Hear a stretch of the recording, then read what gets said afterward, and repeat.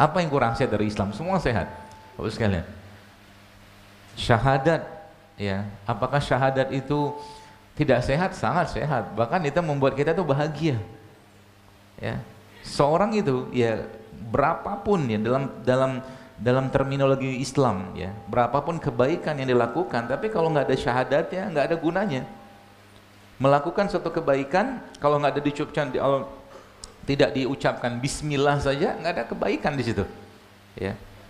Dan untuk itu semua kita harus menyadarinya. Itu sebenarnya Nabi SAW mengajarkan betapa luar biasanya kata-kata, kalimat-kalimat baik ya, yang bahkan kalimat baik itu nanti akan menjadi makanannya kita. Di akhir zaman nanti Bapak sekalian, makanan kita sudah bukan lagi makanan fisik, tapi tasbih, tahmid, tahlil, takbir jadi makanan kita. Karena yang kita butuhkan saat itu nanti adalah makanan buat imannya, kolbunya. Itu yang kita butuhkan. Nah sekarang kalau boleh saya sampaikan bahwa yang kita kurang zaman sekarang ini adalah makanan buat hatinya kita. Ya, makanan buat hati kita yang kurang zaman sekarang. Baik, mungkin saya coba ambil contoh kayak begini. Ya, ini kan makanan sehat. Ya, ada nanas, ada pepaya, ada ada semangka, ada melon. Sehat? Sehat. Pertanyaannya, kalau kita makan, fisik kita insya Allah biiznillah akan sehat. Pertanyaan saya selanjutnya, bagaimana makanan ini bisa menjadi makanan buat kolbu kita? Caranya gimana? Baca bismillah, ya berkah. Oke, itu ada, dapat. Tapi bukan itu saya maksud. Makanan ini akan jadi makanan buat kolbu, buat jiwa, buat iman, buat ruh kita ketika kita ambil makanan ini satu, katakanlah nanasnya satu, pepaya satu, semangka satu, sisanya kita kasih ke orang. Itu jadi makanan buat kolbunya kita. Nah itu yang kita kurang zaman sekarang. Apa yang terjadi? Dimakan semua. Makan semua. Apalagi kalau sudah enak. Meskipun enak itu belum tentu sehat. Mau buktinya? Saya tanya kepada Anda. Ini satu piring buah kayak begini. Katakanlah saya tambahkan dengan kurma, saya tambahkan dengan kacang-kacangan. Dengan satu piring nasi goreng, sehatan yang mana? Kenapa sedih gitu jawabnya? Hah? Satu piring ini, katakanlah, dengan satu piring nasi goreng, sehat yang mana? Ini ya, sepakat ya, yang kanan saya. Yang ini ya nggak sehat. Pertanyaan saya, kalau dikasih pilihan, yang dimakan yang mana? Yang ini kan? Kenapa dimakan? Enak kan? Itu ceritanya. Nafsu, akhirnya nafsu makan hanya untuk sekedar memuaskan hawa nafsu. Makan bukan lagi kebutuhan, tapi lebih ke hawa nafsu. Kalau sudah hawa nafsu yang terjadi, Bapak sekalian, repot urusannya. Akan repot, serius akan repot. Ya, udah nggak ngerti lagi, dia makan sekedar buat makan aja. Kalau sudah makan berlebihan, apa yang terjadi? Kalau makan berlebihan, apa yang terjadi? Pasti gemuk, ya kan? Nah sekarang kita lihat banyak orang gemuk zaman sekarang, betul nggak? Banyak orang gemuk zaman sekarang, dan itu sudah disampaikan oleh baginda Nabi SAW bahwa Nabi mengatakan bahwa di akhir zaman nanti aku melihat banyak dari kalangan umatku yang mereka mengalami fenomena kegemukan, kata Rasul. Gemuk itu sehat nggak? Enggak, ya, gitu. Ibu-ibu yang dulunya wajahnya persegi, sekarang dulu wajahnya persegi, sekarang bak rembulan. Dulunya apa tuh namanya, badannya bagus, sekarang ya begitulah, seperti itu. Karena apa? Karena kebanyakan makan. Yang dimakan nggak ngerti lagi apa, gitu kan. Nah, mudah-mudahan Allah mudahkan kita hari ini untuk belajar sehingga kita paham masalahnya sih apa sih, gitu kan. Tadi saya sempat ngobrol dengan pengurus di sini. Ya itu beberapa kali saya sering dapatkan. Jadi mereka cerita bahwa subhanallah katanya ada salah satu jamaah di sinilah gitu kan yang dulunya ubanan gitu kan. Terus ketika beliau mulai menerapkan ya beberapa saran-saran postingan saya itu, ubannya berubah jadi hitam. Bisa nggak? Bisa sebenarnya. Tubuh kita bisa reverse back, dia bisa balik ya. Kalau belum saatnya menua, bisa. Asal apa? Asal bahan bakunya ada, itu dia. Asal bahan bakunya ada. Jadi makanan yang kita makan itu Bapak sekalian, pilihannya dua. Kalau dia nggak jadi biangnya atau masalah atau penyebab penyakit, dia akan menjadi obat buat tubuh kita. Itu aja. Ya. Kenapa banyak orang yang sekarang sakit-sakitan? Karena yang dimakan sudah bukan lagi living food. Living food itu makanan hidup. Ini kan makanan hidup nih. Ya. Makanan kayak begini memberikan kehidupan, ya tanda kutip. Pohon ya, katakanlah pohon, misalkan pohon jeruk kayak begini, misalkan. Pohon jeruk ini kan, lihat, kalau kita mentadaburi Bapak sekalian, saya kadang-kadang lihat begini tuh, Masya Allah, Maha Besar Allah, Rabbana ma khalaqta hadza batila gitu loh. Kenapa? Kita lihat subhanallah, Allah yang melindungi dia gitu loh. Waktu pohon ini, katakanlah ini misalkan apa namanya batangnya, batang jeruk gitu kan, dia menjadi bagian dari ranting-ranting tadi kan. Pertanyaannya, bagaimana ceritanya dia bisa jadi kayak begini? Ya, petani yang nanam ini kan dia tanam cuma bijinya aja, masukin ke tanah, coba lihat. Habis itu ditutup tanahnya, disiramlah, kasih pupuk segala macam. Allah yang menumbuhkan batangnya, akarnya, pohonnya, daunnya, rantingnya sampai buahnya. Kontribusi dia nggak banyak gitu loh. Maka petani-petani itu ya biasanya, bukan biasa dalam Islam, zakatnya kan lebih besar karena nggak banyak ngurusin gitu kan. Allah yang ngurusin semua ya, seperti itu. Nah, apa yang dia kerjakan ini Bapak sekalian, atau mungkin apa yang buah kayak begini, lihat ada bijinya, kemudian buah ini tumbuh dari hasil pohon atau batang itu mengangkat sari-sarinya tanah kan gitu kan. Dan kalau kita bicara tanah, manusia kan dari tanah. Walaqad khalaqnal insana min sulalatin min tin, kata Allah, kami ciptakan manusia dari tanah. Kemudian dari tanah itu, dari pohon itu diangkat, pompa, naik ke atas. Akhirnya Allah ciptakan, lihat. Allah ciptakan ranting dulu. Kemudian Allah ciptakan ada daun di situ. Ada kuncupnya sampai akhirnya jadi apa namanya bibit-bibit buahnya ini. Gitu loh. Apa yang diambil sama pohon? Apa yang terkandung dalam ini? Yang terkandung dalam mereka ini apa? Sarinya tanah kan? Ceritanya begitu. Ya, sarinya tanah. Lalu apa yang atau proses apa yang menyebabkan dia bisa tumbuh kayak begini? Karena dia bisa tumbuh karena ada matahari gitu loh. Karena ada matahari. Akhirnya dari daunnya dia, pada proses pembentukan dia itu Allah menciptakan oksigen, gitu kan? Kita hirup oksigennya. Setelah itu dari proses fotosintesis itu Allah menghasilkan atau Allah menciptakan, memberikan kepada kita gula yang Allah apa tuh namanya tanamkan atau berikan di sininya, salah satunya atau mungkin di daun-daun tadi. Maka di sini ada kehidupan. Allah lindungi dia dengan apa? Dengan ini. Ketika Anda buka kayak begini, ya, jeruk ini kita judulnya tadabur dulu ya, biar paham. Terus saya letakkan lama-lama, apa yang terjadi dengan kulit ini? Pasti akan kuning, coklat kan? Kenapa? Ada oksigen, kena oksidasi. Maka kalau di sini kita belajar, oh ternyata kalau kita bicara buah-buahan misalkan, kapan waktu terbaik makan buah? Ketika Anda petik, Anda makan. Waktu terbaik. Semakin tidak lama jeda waktu dari petikan sampai kita makan semakin bagus. Ada semakin banyak fitonutriennya, living enzimnya makin banyak di sini. Gitu. Oke. Nah, yang kedua apa? Jangan lama-lama dibuka. Jangan lama-lama dibuka. Artinya kalau ada dibuka segera makan. Gitu. Habis dibuka segera makan. Sebab apa? Jadi nanti kuncinya semakin banyak living food atau makanan hidup kayak begini yang Bapak Ibu makan, itu subhanallah semakin badan kita akan kedapatan atau mendapatkan bahan baku yang tepat untuk apa? Untuk memperbaiki dirinya, gitu ya. Jadi penyakit itu kalau bagi saya sih ya, penyakit itu jangan diobatin. Benerin badannya aja. Benerin nutrisinya, benerin apa tuh namanya perutnya, benerin otaknya, benerin ibadahnya. Insya Allah penyakit akan hilang dengan sendirinya. Ya, saya sempat subhanallah lihat postingan, ada satu postingan saya coba survei gitu kan. Itu udah sekitar 2-3 pekan yang lalu itu. Saya tanya ibu-ibu di sini yang berhasil hamil? Tanya saya.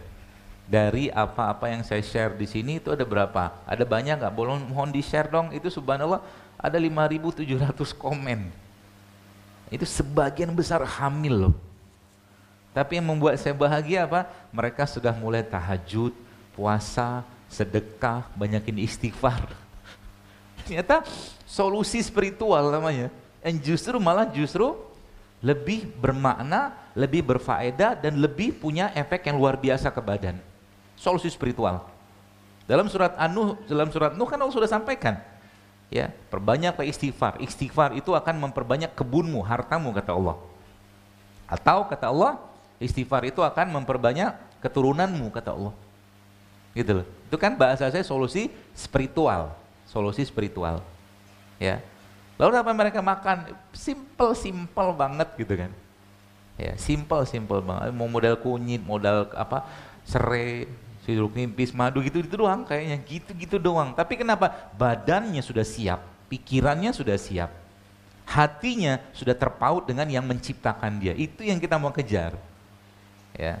Jadi bukan cuma sekedar ngandalin beginian atau mungkin apa herbal atau apapun, bukan.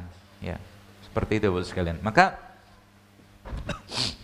kita belajar ya hari ini, mudah-mudahan Allah mudahkan sehingga nanti harapannya yang sehat semakin sehat, yang berpenyakitan bisa hilang penyakitnya. Ya. Bapak Ibu sekalian, dalam Islam konsep penyakit itu asalnya bukan dari fisik. Bukan dari fisik. Jadi kalau kita mungkin zaman SMA atau SMP dulu kan mengenal mens sana in corpore sano. Apa artinya? Artinya apa? Di dalam tubuh yang kuat terdapat jiwa yang sehat. Saya sih nggak sepakat dengan istilah itu. Ya, kenapa? Ya banyak orang di rumah sakit jiwa fisiknya sehat, ya kan? Jiwanya nggak sehat, gitu loh. Justru malah kebalik. Islam memberikan pedoman yang justru kebalikannya. Kata siapa? Kata Rasulullah. Nabi bilang apa? Ala wa inna fil jasad mudghah, kata Nabi. Dalam tubuh manusia terdapat segumpal daging. Iza solahat solahat jasada kulluhu, wa iza fasadat fasada jasada kulluhu. Kalau dia baik, baiklah semua, dia rusak semua. Dan itulah kolbu, kata Nabi kan gitu. Jadi dia rajanya. Dia bukan tentaranya. Ya. Dan dia pengendalinya, gitu loh. Sayangnya ya kita tidak terlalu banyak memanjakan atau memuliakan atau apa ya, ya menjaganya dia gitu, menjaga si kolbu tadi, sehingga lebih dominan nafsunya. Kolbu itu sekalian nggak butuh banyak makan. Tapi bahasa saya tadi gini, ini kan kalau Anda makan tadi nanas satu, pisang satu, apa pepaya satu, melon satu, makanan buat fisik kita. Baca bismillah berkah insya Allah. Tapi kalau lebih banyak makanan kayak begini yang kita kasih ke orang, lebih sehat kolbunya. Gitu loh. Itu yang kita butuhkan zaman sekarang. Ya, mau sesehat apapun makanan yang makan, jangan lupa berbagilah kepada orang lain. Nanti kolbunya akan sehat. Jadi kalau Anda katakanlah beli suatu porsi makanan sehat misalkan gitu kan, jangan lupa bungkus satu kasih ke orang. Anda dapat fisiknya sehat dengan makanan sehat tadi, misalkan Anda akan dapat juga keberkahan dari makanan yang Anda berikan pada orang tadi, dan akhirnya menyebabkan kolbunya akan sehat. Ya, seperti kalau Anda, pokoknya setiap Anda melakukan suatu kebaikan untuk diri Anda, contoh begini, sedekah itu paling baik pada siapa? Pada diri kita. Ada seorang bertanya pada Nabi SAW, dia katakan begini, ya Rasulullah, kalau aku punya 1 dinar, kemana aku harus sedekahkan dinar tersebut? Kata Nabi, bersedekahlah buat dirimu sendiri. Ya, jadi Bapak Ibu jangan pelit sama diri kita. Jadi kalau saya sering ngomong begini, kenapa? Ketika sedikit aja ngomongin kacang almond gitu kan, kacang mete, pistachio, biasanya jawabannya mahal gitu kan gitu kan. Tapi dia nggak sungkan-sungkan beli pulsa, beli handphone, kan gitu loh. Buat dirinya berkaitan dengan kepentingan badannya, pelitnya minta ampun. Penyakit nggak itu? Penyakit AB namanya. AB itu apa? Al-bakhil. Pelit.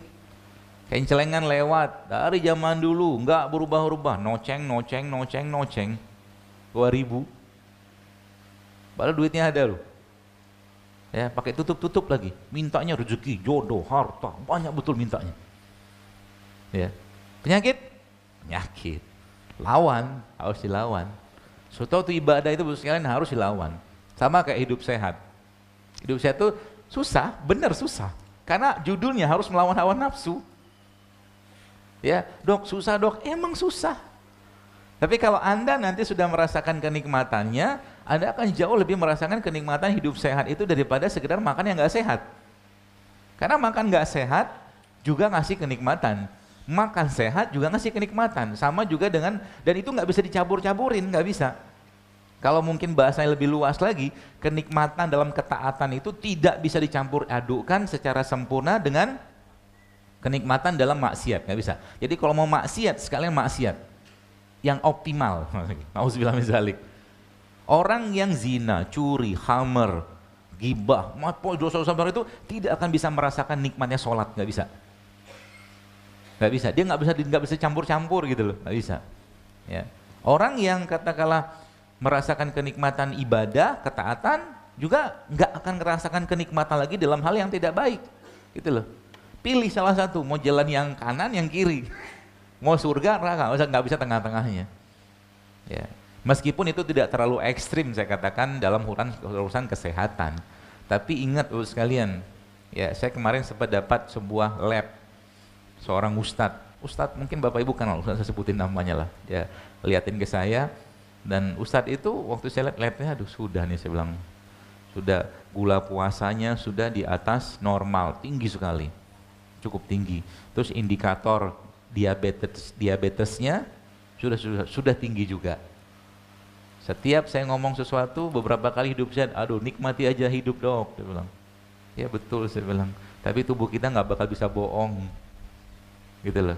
Nikmati aja hidup, tapi ingat makanan nggak sehat, gimana? Setiap mau kajian misalkan beliau makan nasi dengan berbagai macam lauk nggak sehat, gitu loh. Nggak bisa dibohongin badan kita itu, tenang aja, gitu loh.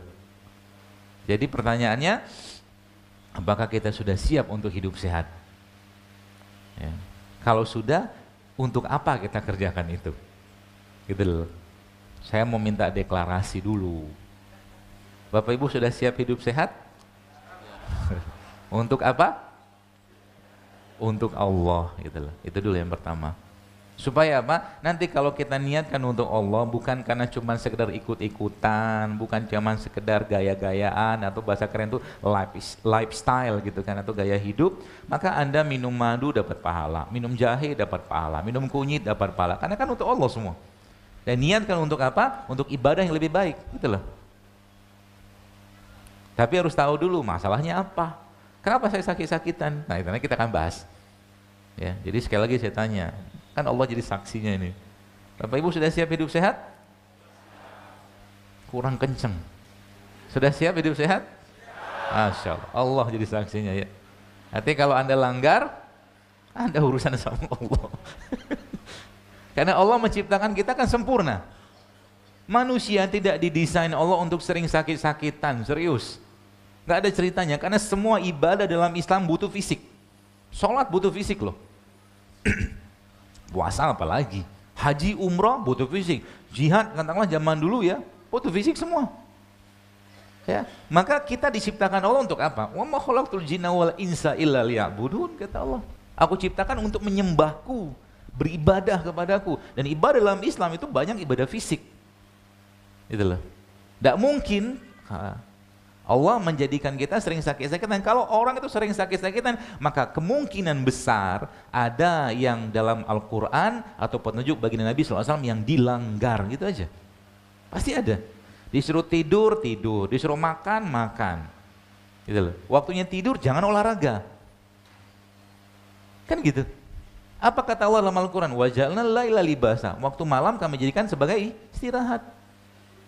Waktu malam jangan olahraga. Kapan olahraganya? Waktu matahari masih terbit. Karena emang secara fisiologisnya manusia, dia nggak cocok olahraga malam. Dan alam sekitar ini pun, ini salah satu contoh saja. Ketika sebuah fitrah atau sunnatullah itu dilanggar.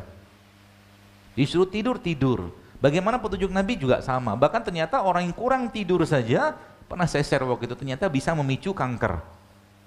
Kurang tidur aja Pak Bu. Maka baginda Nabi menjadi contohnya, uswahnya buat kita. Nanti kita baru bahas ini. Ini cerita softwarenya dulu gitu kan, softwarenya dulu. Ya. Jadi baginda Nabi SAW memberikan petunjuknya kepada kita. Salah satunya apa? Ba'da Isya, Nabi tidur. Gak banyak urusan lagi. Isya tidur. Nanti malamnya bangun, kan gitu. Terus ngapain lagi? Kita lihat setiap hari itu kita puasa. Setiap hari kita kan puasa. Kok bisa? Karena kan tidur nggak makan. Iya kan?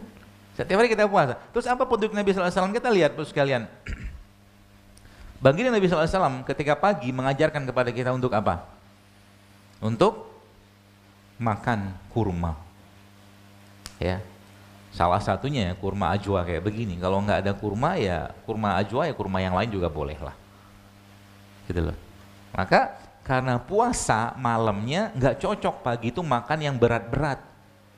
Dan memang secara fisiologisnya kita ternyata memang pagi itu adalah waktu yang paling rendah hormon lapar. Jadi pagi-pagi jangan banyak makan. Ya, makan buah sedikit. Makan kurma 7 butir, kalau kurma ajwa mungkin kita ambil berkahnya, atau makan buah-buahan kayak begini, sudah cukup. Lapar nggak? Pasti lapar. Biar aja lapar nih, sampai siang, nanti siang baru makan. Ya, jadi kalau Anda ngerti pola-pola ini sebenarnya nurunin berat badan tuh gampang banget. Gampang banget. Asal apa? Asal mau tahu dan mau ngerjain apa yang bikin kita gemuk. Gitu loh. Apa yang bikin kita gemuk. Kalau saya tanya Bapak sekalian, Bapak Ibu, ya mas kalian, Bapak Ibu, apakah tiap hari makan jeroan? Enggak kan? Singkat ceritanya, Anda tidak makan jeroan tiap hari. Jeroan itu lemak kan? Lemak sehat nggak? Jelas tidak. Tapi kalau saya tanya kepada Anda, apakah Anda makan gula tiap hari? Iya? Siapa yang hari ini sudah badannya masuk bahan dari gula? Contohnya pasir, gula pasir. Contohnya tepung, contohnya nasi, itu kan gula. Coba angkat tangan. Oh salah, banyak hal. Gula kan? Gula. Ini gula nggak? Baik, kita belajar ya, biar paham. Masalahnya apa sih kita sekarang itu loh? Ini kan gula. Gula juga, tapi beda gula dengan Anda makan gula pasir atau mungkin nasi putih. Tadi saya disajikan makanan dari sama panitia. Orang tua kita zaman dulu makan tepung. Tepung tuh gula nggak? Gula. Tapi mereka tidak makan gorengan pagi-pagi. Mereka makannya ubi rebus, singkong rebus. Kan tepung juga, tapi bukan jenis tepung seperti halnya gorengan, paham? Sehingga apa? Lahirnya kita yang sehat-sehat kayak begini. Anaknya nggak ngikutin bapaknya. Yang diminum apa mereka? Kopi tawar, teh tawar, air putih, wedang jahe, nggak pakai gula. Kalaupun pakai gula, maka pakai gula aren, gula merah gitu-gitu. Kita, gitu. Akhirnya yang terjadi apa? Tubuhnya kelabakan. Tiap hari masuk tepung, tiap hari masuk gula, tiap hari masuk nasi. Gimana mau sehat kayak begituan? Sayur jarang, buah jarang, puasa jarang, air putih jarang, olahraga jarang. Ya sudah, bye-bye. Kan gitu.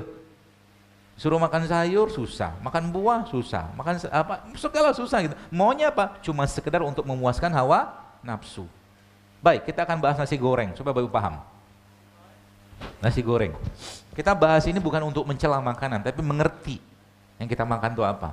Nasi goreng isinya apa? Nasi. Nasi sudah gula?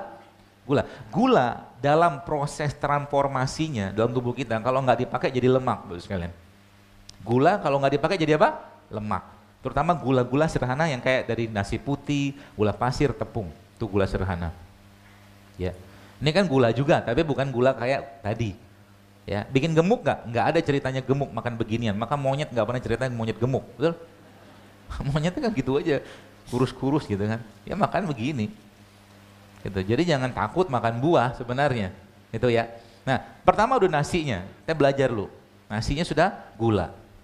Biasanya makan nasi goreng pakai apa?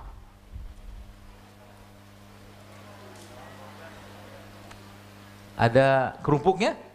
Ada kerupuknya. Kerupuknya apa? Tepung. Gula lagi? Gula lagi. Terus ada temannya lagi tuh. Telur, ceplok, dadar. Telur tuh protein kan? Protein, rusak nggak dengan pemanasan? Rusak. Kadang-kadang tambah lagi temannya, namanya bakwan. Tepung lagi nggak? Tepung lagi. Belum selesai. Minumnya apa?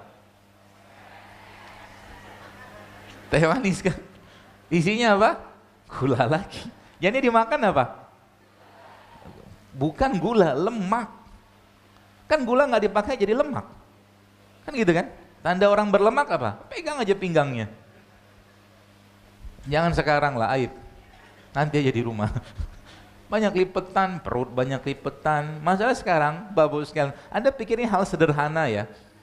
Mungkin kita pikir hal sederhana, tapi ingat, inilah yang terjadi pada zaman sekarang. Sehingga apa? Kalau sudah yang masuk sudah bukan lemak yang baik, maka hasilnya juga akan jadi lemak yang tidak baik. Sehingga apa? Metabolisme hormon pun akan terganggu, salah satu penyebabnya.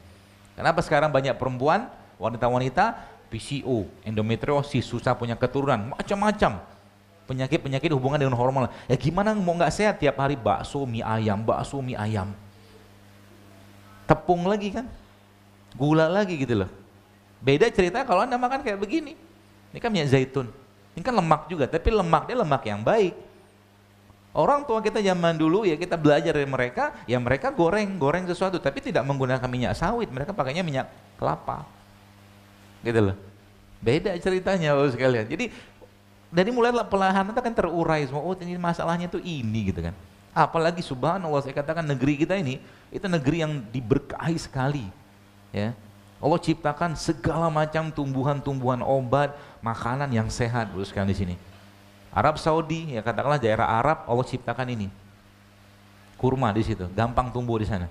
Dan kurma merupakan salah satu superfood, makanan terbaik buat pencernaan kita.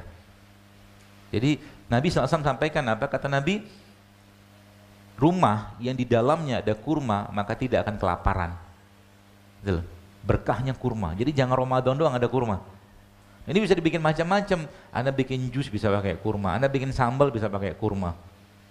Kan judulnya kita mengurangi gula pasir. Gitu loh. Emang bisa bikin sambal pakai kurma? Bisa. Cabai rawit, bawang putih, ya, sama kurma sama garam, jadi sambal. Dimakan sama apa? Sama tempe. Tempenya diapain? Digoreng? Jangan digoreng. Tempe itu sehat, tapi jangan digoreng. Caranya gimana nih saya ajarin. Makan tempe kayak makan roti. Tempe ini isinya apa Pak Bu? Bukan. Tempe ini isinya ya benar kedelai, tapi yang saya maksud bukan itu. Tempe itu isinya bakteri. Ya kan? Karena dia kan probiotik. Gitu.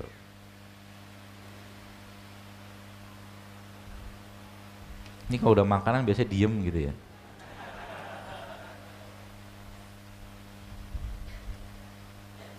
Cara makan tempe. Tempe celupin ke madu. Makan. Emang enak? Cobain aja. Ini.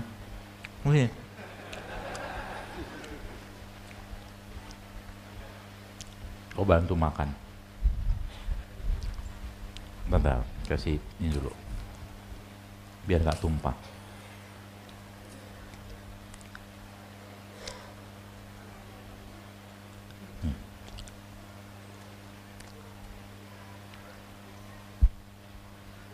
Tunjukin mukanya ke sana.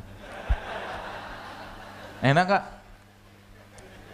Lihat mukanya kelihatan terpaksa atau ikhlas itu? Kan dia bakteri. Bakteri digoreng, dipanasin, matilah dia. Setahu saya ragi tempe ini nggak kuat panas. Emang ada beberapa jenis probiotik katanya tuh kuat panas, tapi setahu saya ini jenis bakteri yang setahu saya sih. Nanti coba tanya ahlinya. Nggak kuat dipanaskan. Dia kan bakteri. Probiotik. Ya, probiotik itu makanannya perut kita. Gitu. Ketemu dengan ini Madu. Madu ini apa? Prebiotiknya. Ketika madu ketemu tempe, kalau boleh saya katakan, perut kita tuh kalau boleh ngirim WhatsApp, dia bilang terima kasih banget gitu. Kalau dia boleh kirim WhatsApp. Gitu. Simple. Tapi ini buat sekalian, apa yang terjadi? Bisa mengubah komposisi flora atau biotik dalam perut kita. Simple loh. Ya, apalagi kayak begini nih. Ya, Anda makan sama kurma, lebih bagus lagi. Tempe dimakan sama kurma. Sudah pernah nyobain? Sudah kan? Pura-pura belum. Pengen kali. Ya, nanti bikin aja di rumah. Contohnya beginilah ya. Kita bermain-main dengan apa-apa yang Allah ciptakan di Indonesia aja, udah Masya Allah luar biasa, udah cukup untuk bikin sehat. Ya, kayak begini. Ini ada kurma.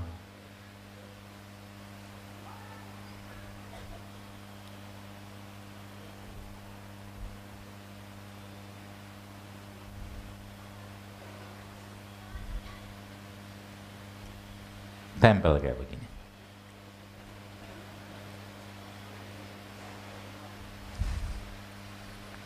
Simple. Tapi ini bisa mengubah kehidupan flora atau bakteri di perut kita. Karena kebanyakan bakteri yang ada di perut kita itu bakterinya sudah tidak bersahabat lagi. Ngamuk dia. Kalau bakteri ngamuk, apa yang terjadi? Dia bikin asam badan kita. Kalau orang sudah asam, apa yang terjadi?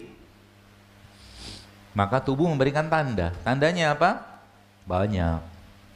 Kalau orang sudah asam, mulutnya bau, BAB-nya bau, ya kotorannya maaf ya, kencingnya bau, keringatnya bau, asam.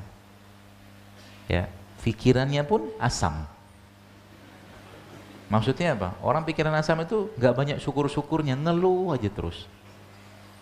Gitu asam. Sesuatu yang dilihat kurangnya aja terus. Itu orang yang asam. Maka Islam kan saya memberikan pedoman yang sangat-sangat jelas tentang itu. Bersyukur, bersabar. Syukur, sabar itu aja. Contoh mungkin, kalau Jakarta, mungkin saya nggak tahu di sini, mungkin Jakarta kan macet segala macam gitu ya. Anda bawa mobil mungkin di belakang, misalkan Metro Mini atau bus umum, yang biasanya kadang-kadang suka berhenti, suka-sukanya dia gitu kan. Mau diapain? Ya, mau diapain maksudnya? Kita punya dua pilihan, ngomel, ya, atau ya sudah, pass over aja, kita lewati dia dengan istighfar, selesai, aman hati kita, kan gitu.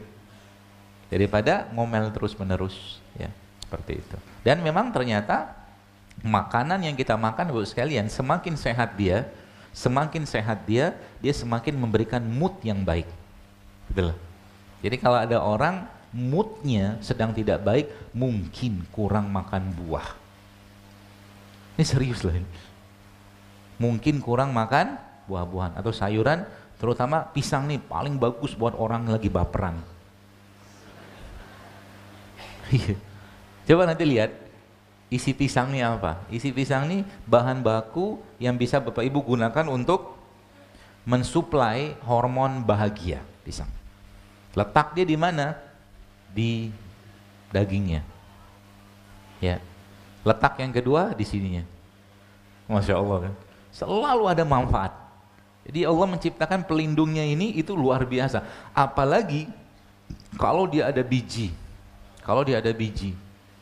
Biji itu biasanya sebagian besar biji-bijian yang Allah ciptakan itu sebagian besar mengandung banyak sekali kandungan antioksidan bahkan asam amino. Ini biji ini ya, kalau bapak-bapak minum kopi, saya lebih sarankan minum kopi biji kurma kalau ketemu. Lebih sehat kalau saya sih. Terus misalkan apa jenis biji yang lain? Itu durian. Durian itu bijinya sehat. Jauh lebih sehat biji durian daripada dagingnya. Jadi kalau Anda makan durian itu banyakin makan bijinya aja. Tapi dimasak dulu lah. Ya dimasak dulu. Kayak orang Jawa tuh lah yang beton gitu kan. Apa tuh cempedak, nangka, ya. Bagus. Karena biji durian itu Dia mengandung banyak asam amino, dan asam amino adalah bahan baku gennya kita, Bapak sekalian. Masya Allah kan? Semudah itu sebenarnya. Jadi kalau makan durian boleh makan durian nggak apa-apa, tapi kan gula, kan dia karbohidrat tuh. Makan sedikit 2-3 potong, lebihnya ambil bijinya, makan bijinya, direbus, jauh lebih baik, ya seperti itu. Jadi kayak misalkan kita bahas, misalkan inilah pisang ini ya, ini Masya Allah, pisang ini buat sekalian, dari mulai kulitnya Allah ciptakan pelindungnya, dan kulit ini juga bermanfaat, dagingnya apalagi. Ini kalau makan pisang itu memang sejatinya, kalau mau ideal, makan semua, serius, makan semua. Tapi kan kita nggak lazim kan, ya kalau Bapak Ibu mau ya sudah, pisang kayak begini Anda cemplungin ke blender, jadi bubur pisang. Pernah nyobain? Mau saya cobain? Saya cobain ya. Kita nyoba makan pisang. Mudah-mudahan sudah dicuci ini. Anggaplah sudah dicuci. Anggap. Masukin semua si air.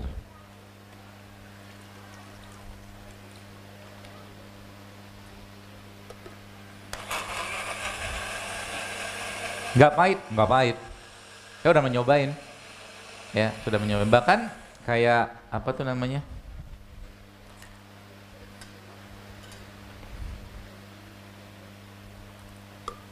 Harus segera diminum.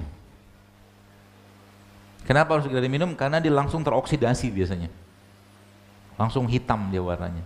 Nah, pisang tuh cepet banget teroksidasinya. Ya kalau kurang manis nanti mungkin tambah madu sedikit.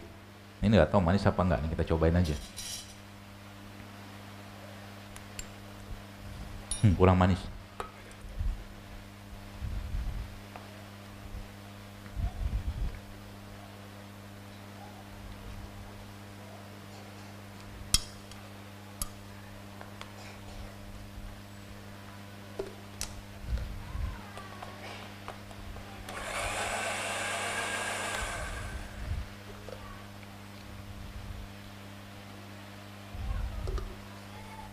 Coba ya, bismillah.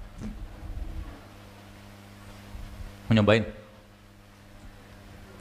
Ragu gitu, manis, enak. Orang Solo ini malu-malu ya. Ya mau biasa kalau kajian saya mau nyobain langsung ada yang naik ke depan, ambil.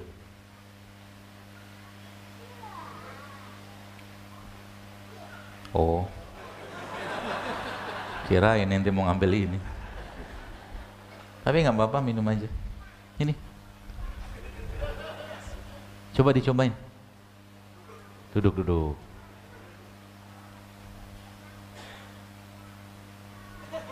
Hah, enak gak? Kurang manis. Sini tambahin lagi. Orang udah manis tadi deh. Tambahin. Tambahin yang banyak-banyak ini ya, karena kan gula dia. Ya, kalau orang diabetes jangan. Nanti kebanyakan gula bahaya juga.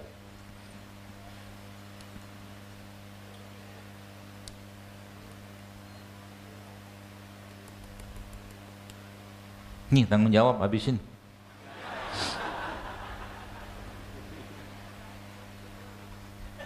Ayo minum. Nggak mati, tenang aja, kantung udah ya. Takut betul. Enak.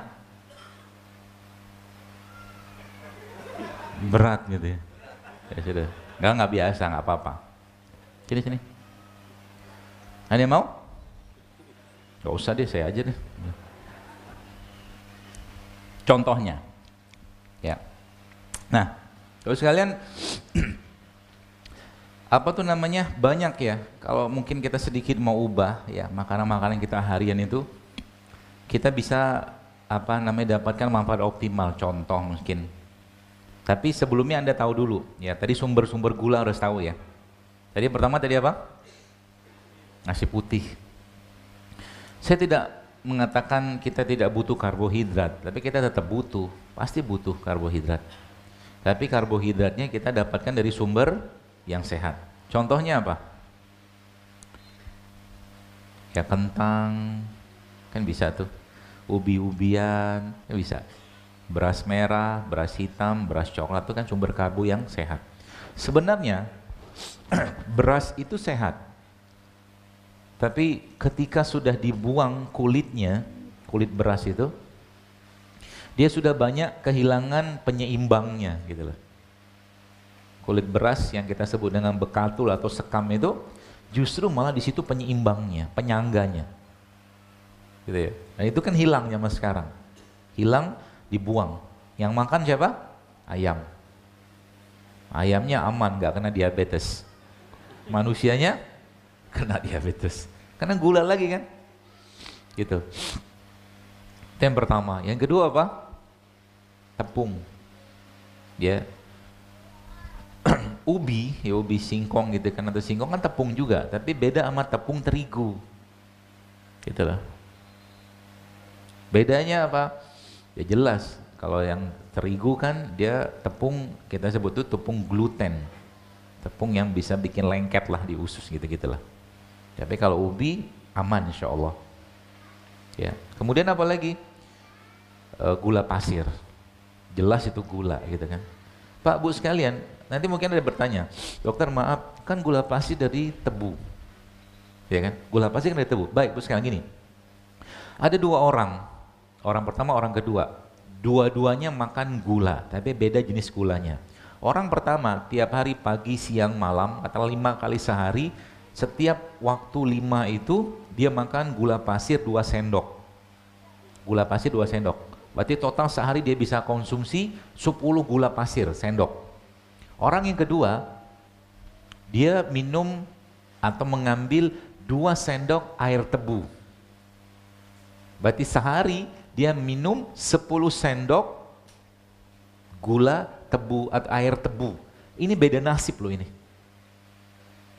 Bapak Ibu, kalau Anda mau sedikit lebih teliti, banyak sekali makanan-makanan kemasan zaman sekarang itu yang isinya sebagian besar gula.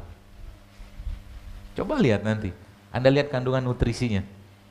Banyak sekali gula, bahkan kadang-kadang bisa sampai setengah dari makanan tadi itu gula semua. Yang angka kecukupan gizi itu loh. Per 10 gram, per 100 gram. Jadi kalau kadang-kadang Masya Allah saya bilang, ini gula semua isinya. 100 gram kadang-kadang bisa 40% gulanya. Itu kan Masya Allah ya. Jadi masalah buat kita tentunya ya. Tapi mau dicegah, mau diapain juga gimana ya. Kita harus apa? Kita harus menjaga diri sendiri aja. Ya, seperti itu. Ya, nah baik. Yang terakhir apa? Minyaknya. Nah, saya mau tantang Anda. Dalam seminggu ke depan, no rice. Enggak ada nasi putih. Udah mulai ngerasa gerusuk. Dalam seminggu ke depan enggak ada nasi putih. Siap nggak? Tenang Bu sekalian, tanpa makan nasi kita tetap akan baik badannya. Karena yang kita butuhkan bukan nasi putihnya, tapi karbohidratnya yang kita butuhkan. Dan saya pribadi nggak ngajarin diet tertentu, diet keto apa segala macam. Keto kan nggak makan karbo. Enggak lah, ngapain juga, kita tetap makan karbo. Cuman kita batasin aja, tapi karbo yang sehat. Seminggu ke depan nggak ada nasi putih. Gak usah seminggu deh, 3 hari aja dulu. Siap nggak? Berat gitu. Iyalah. Tapi kalau Anda kerjakan, Masya Allah saya beberapa teman-teman itu saya dari kajian gitu dia bilang, "Dok, Masya Allah ya ternyata sekarang hubungan suami istri saya itu berkualitas luar biasa," dia bilang. Tiap hari nagih terus. Katanya gitu, bagus saya bilang, alhamdulillah kan. Jadi obat kuatnya laki-laki itu hidup sehat. Dan jangan banyak lemak di badan. Itu dia kuncinya. Lemak yang ada pada badan seseorang, tubuh laki-laki khususnya, ya bisa melemahkan sistem reproduksinya dia. Ya, dari sisi mungkin kualitas atau kuantitas. Ya. 3 hari dulu deh, puasa nasi putih. Nanti yang tetap pengen makan nasi, saya ajarin caranya. Ya. Yang kedua, nggak ada tepung dan semua produk turunannya. Ya, dalam 3 hari ke depan. Ingat, kita bukan nggak makan karbonya ya, bukan. Kita tetap butuh karbonya. Yang ketiga apa? nggak makan, atau tidak ada gula pasir. Jadi kalau makan apapun nggak ada gula pasirnya. Ya, Anda harus yakinkan diri Anda bahwa Anda sudah cukup manis tanpa gula. Nah, gitu. Yang keempat, minyak. Itu ya. Selama 3 hari dulu deh, gak usah seminggu. Kerjain itu baik-baik. Apa yang terjadi? Insya Allah ya. Tadi yang cerita tentang uban-ubanan itu, ya, itu benar-benar terjadi loh. Itu ibu-ibu pernah share ke saya pernah lihat, saya posting jauh gitu kan. Dok, ini uban suami saya tiba-tiba hilang. Hah? Saya bilang, dicabutin? Enggak. Gitu. Ternyata emang tadi, ketika makanan yang kita makan itu apoptosis itu bunuh diri, sel. Yang rusak-rusak, mati dia. Dan proses apoptosis itu terjadi per 12 hari kurang lebih. Per 12 hari. Jadi kalau kita ambil 365 dibagi 12, maka waktu yang paling baik tubuh kita untuk melakukan proses apoptosis itu adalah selama 30 hari dalam setahun. Di situ kita kenal, oh ternyata ini maksud Allah untuk memberikan syariat puasa Ramadan. Kan gitu. Luar biasa kan. Jadi bahasa itu muslim tidak muslim dia, ya. Muslim atau non muslim dia 1 tahun wajib dia meninggalkan makan selama 30 hari. Prosesnya begitu. Dan subhanallah sekalian diikutin lagi. Lihat ini pola ya. Pelajaran pola.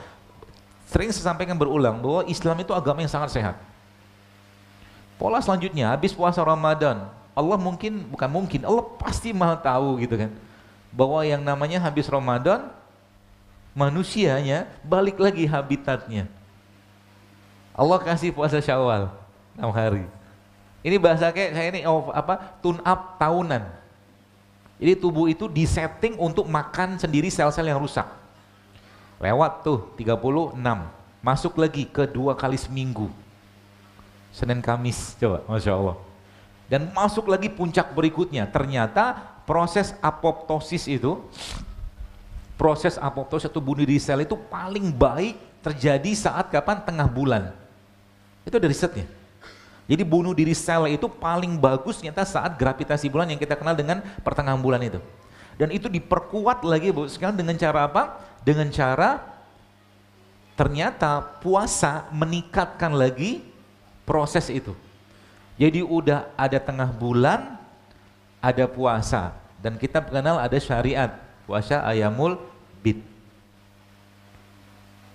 Stop sebentar, 1 hari suruh rehat, 13, 14, 15. Kalau nggak salah hari ini hari terakhir yang puasa. Ya. 16-nya istirahat, 17-nya disuruh vaksinasi. Dalam bentuk apa? Hijamah atau berbekam. Hijamah itu kan bentuk vaksinasi kulit, kalau misalnya. Itu kan pola tuh sekalian. Ya. Maka sering saya sampaikan sebenarnya solusi dari masalah penyakit-penyakit degeneratif umat Islam saat ini adalah apa? 8 plus 3 plus B. 8 tuh puasa Senin Kamis, 3-nya ayamul bid, B-nya berbekam. Solusi spiritual. Low budget. Gak butuh banyak makanan, puasa aja, gak usah banyak-banyak makan. Apalagi kalau sudah ngerti konsepnya, terus kalian gampang sekali kita memperbaikinya. Ya. Konsep itu apa? Kalau gini, caranya gini, saya ajarin. Anda punya mobil itu katakanlah tangkinya total ada 50 liter bensin. 40 liternya tangki utama. Oke, 40 liternya tangki utama, 10 liternya tangki cadangan. Nah pertanyaannya, bagaimana mobil tadi itu bisa menggunakan tangki cadangannya atau bahan bakar cadangan? Caranya gimana? Tangki utama kan harus kosong, paham ya? Tangki utamanya harus kosong. Kalau Anda pergi bawa mobil dari Semarang, dari Solo ini katakanlah misalkan ke Jakarta, katakanlah itu misalkan butuh sekian liter. Nah pertanyaannya, tangki cadangan kita itu bisa dipakai kalau apa? Kalau kita nggak berhenti di pom bensin, nggak ngisi bensin. Nah, tangki cadangan manusia itu sebenarnya apa sih? Lemak. Jadi baru bisa kita pakai tangki cadangan tadi kalau apa? Kalau tangki utamanya nggak diisi. Itu caranya. Bagaimana kita aplikasinya gitu kan? Aplikasinya begini.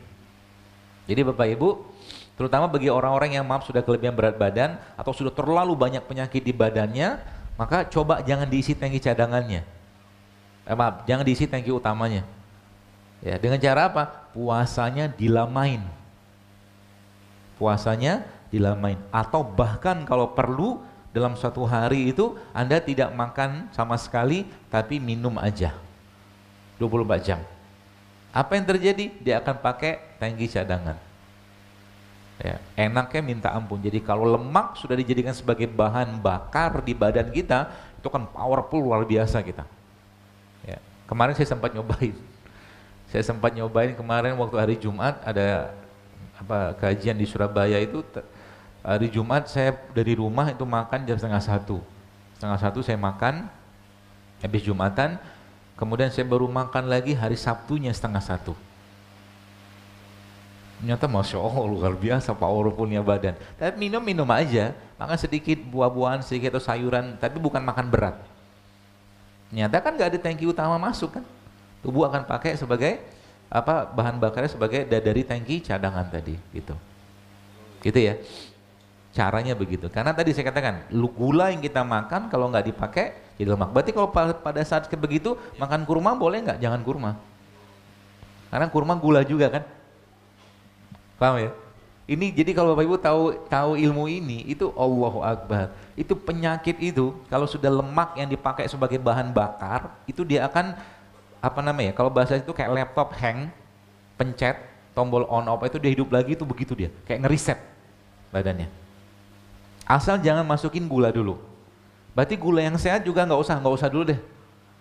Contohnya seperti apa? Kayak buah-buahan nggak usah dulu. Minum air aja, minum kopi tanpa gula ya. Minum teh hijau atau minum kayu manis atau apa. Tapi dengan catatan ya, tidak berlaku buat orang-orang yang kurus.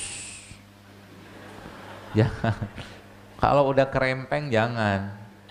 Ibu-ibu nih bisa pakai pola ini. Apa yang terjadi? Mens Anda akan normal insya Allah. Dan kalau memang mau masukin bahan bakar yang bagus lagi, Anda makan ini, minum ini. Minyak zaitun atau mungkin alpukat tanpa gula ya. Karena alpukat itu kan lemaknya bagus. Jadi tangki utamanya nggak diisi, kita pakai tangki cadangan.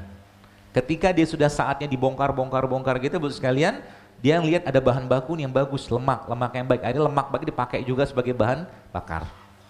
Powerfulnya luar biasa. Anda cobain deh. Ya, nanti pada akhirnya kita tidak perlu banyak-banyak makan, tapi sekali makan berkualitas. Tidak perlu banyak-banyak makan, jangan dikit-dikit makan. Ya, makan sedikit tapi berkualitas seperti itu. Ya, baik. Lalu pertanyaannya, bagaimana caranya Bu sekalian kita bisa mendapatkan manfaat yang maksimal dari makanan yang kita makan? Sebenarnya gampang sih. Ya, semakin tidak banyak pengolahan pada makanan yang kita makan, semakin sehat kita. Contoh, ini kan ada sayur nih.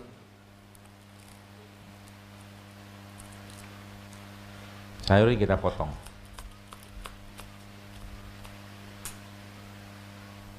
Kemudian ada lagi apa nih? Timun. Semoga udah dicuci nih Bu ya.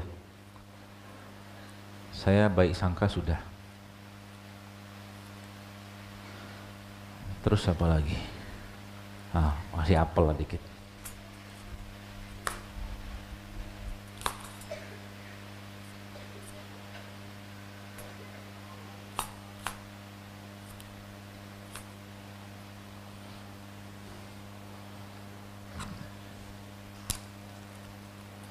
Kasih pepaya sedikit.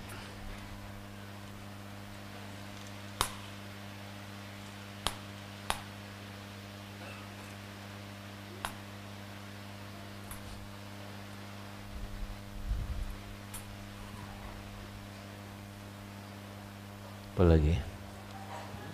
Habis. Ya, setelah aja deh. Sedikit. Biasanya sih begini ada yang bantuin.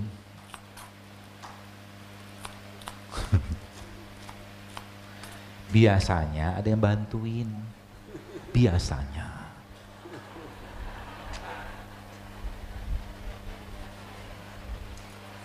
biasanya.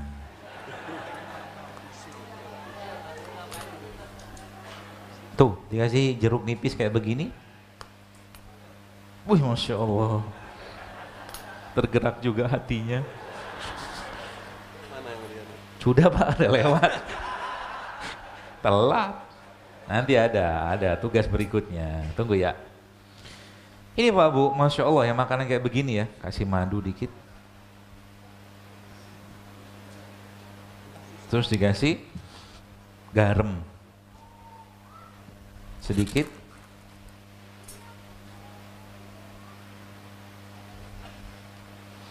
Apalagi itu adanya situ. Oh nih boleh nih, kasih chia asid sedikit.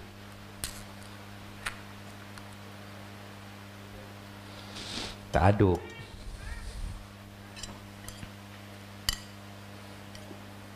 Gak mau kan? Gak mau kan? Gak usah, nanti sehat. Serius. Ya, Pak Bu, makanan kayak begini, Masya Allah, sebenarnya saya kemarin dapat satu testimoni lagi dari ibu-ibu gitu kan, itu subhanallah, bener sih dok, katanya ternyata itu kanker sih nggak saya, kanker sudah stadium 4 apa-apa, ya, tapi kuasa Allah semua sih ya, bener ketika saya mulai benerin makan, dia bilang, itu apa tuh namanya, sayuran, buah-buahan, itu subhanallah badan lebih fit ya, dan kankernya itu mulai mengecil. Jadi makanan kayak begini Pak Bu, ini bukan sembarangan makanan, tapi mungkin kita pikirnya sederhana kayak begini, bahkan Anda mungkin nggak mau, nggak suka, tapi ini bisa memperbaiki gen. Masya Allah, tanpa sadar. Maka masalah tadi balik-balik kita, karena kenapa kita nggak mau makan? Karena nggak biasa. Karena nggak biasa aja. Kalau udah biasa, Anda akan jauh lebih menyukai ini daripada satu piring nasi goreng. Serius. Sayang kita nggak biasa. Ya. Akhirnya apa? Makan cuman untuk nafsu. Tapi makan bukan untuk kebutuhan badan. Haknya badan hilang. Cobain.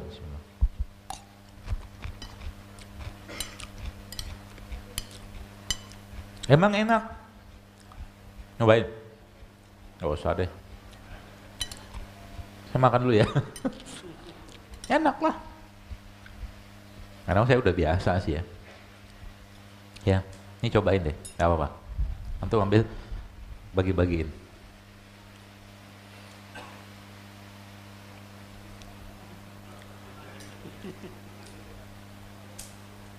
Itu. Simple kan? Simple. Semakin simple makanan yang Anda makan dan semakin tidak banyak pengolahan, enak nggak? Jangan tanya ente deh, susah. Agak nggak objektif. Enaknya gorengan doang kayak ini. Ya ada manisnya, ada asamnya. Bahkan kadang-kadang sedikit saya tambah ada pedesnya. Ya, kadang-kadang saya tambahkan lada hitam sedikit. Itu Pak Bu, Masya Allah ya. Kalau mungkin perut kita itu diberikan itu tuh ibarat kata nyuplai lagi tuh. Makanan buat bakteri-bakteri baiknya. Ya, wah ini bapak ini bener kan? Enak Pak. Tuh, ini yang bener. Salah ngasih gua sama dia. Gitu ya, sekalian ya. Simple. Semakin banyak makanan yang Anda makan dan lagi-lagi tidak banyak pengolahan, ya, semakin sehat kita. Apalagi kalau sayurnya baru Anda petik, Anda langsung masak. Bukan masak, dibuat kayak begitu. Ya, seperti itu. Termasuk juga kayak, apa ya, kayak begini nih.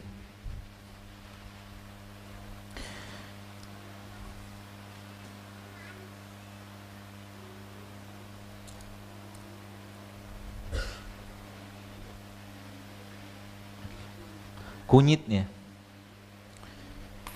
Jadi saya itu sekarang jujur aja sih agak was-was lihat Indonesia. Anda tahu kenapa saya was-was? Jadi kayak kelihatan kayak apa ya? Kalau Bapak Ibu yang pernah pergi umroh, orang Arab itu apapun makanannya, minumannya apa? Pepsi, bukan Pepsi, soda maaf. Ya. Apapun makanannya, minumannya soda. Maka jangan, kalau Anda pernah mendapatkan apa informasi bahwa rumah sakit di Saudi itu, alhamdulillah datang. Nih Pak, monggo Pak. Sini Pak, jangan pergi. Nun sewu, tolong dipotongin ini. Jadi rumah makan di Saudi, rumah sakit di Saudi itu siapa bilang sepi? Orang Arab tuh sekarang semuanya soda loh. Apapun makannya, mau makan mandi laham, mandi onta, segala macam, pokoknya soda itu. Tinggal tunggu waktunya, mereka itu na'udzubillah min dzalik akan booming. Ya sudah, tidak apa-apa sih, tidak sesuai diharapkan. Tidak apa-apa, maklum, masih training. Jadi apa ya? Jadi mereka itu berusaha.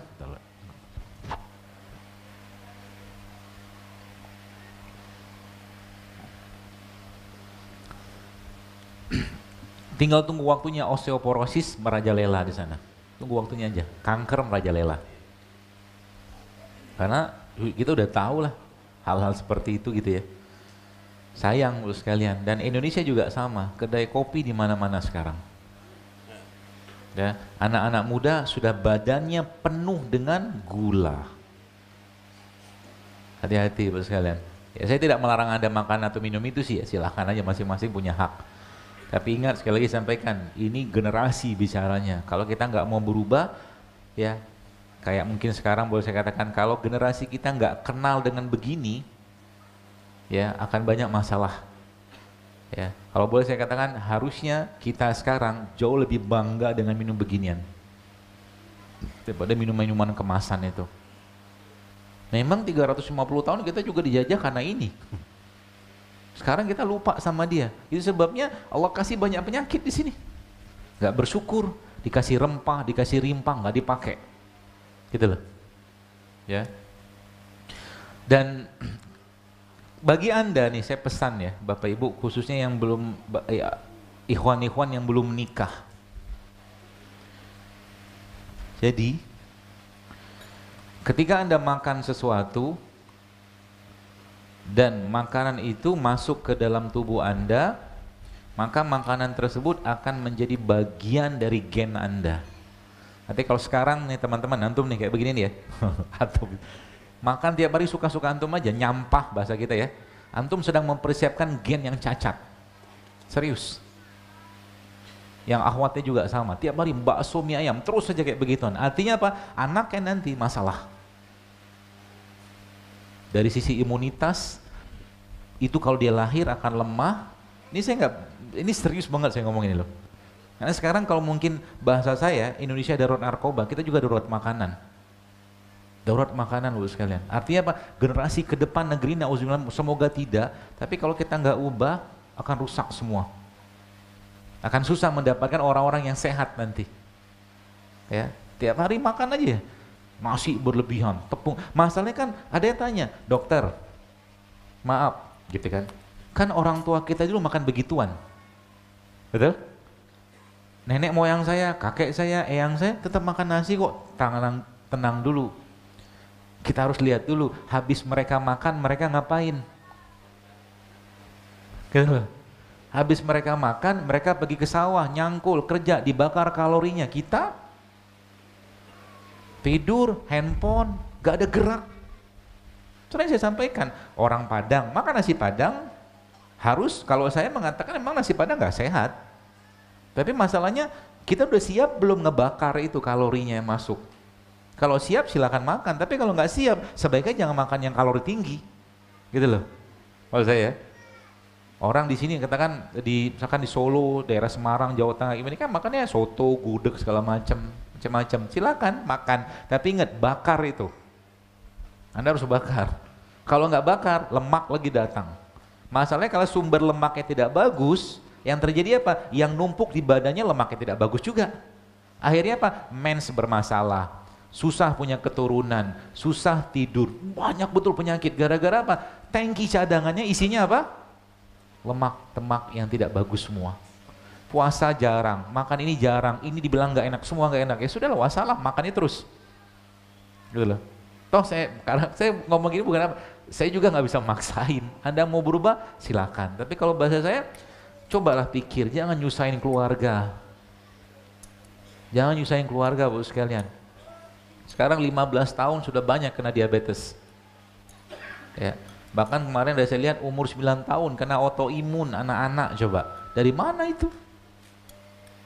Ya, sayang kan? Kalau mati, matilah dengan tenang, jangan nyusahin orang. Gitu loh. Mati lagi. Jadi maksudnya mati jangan mati karena penyakit yang gara-gara kelakuan kita.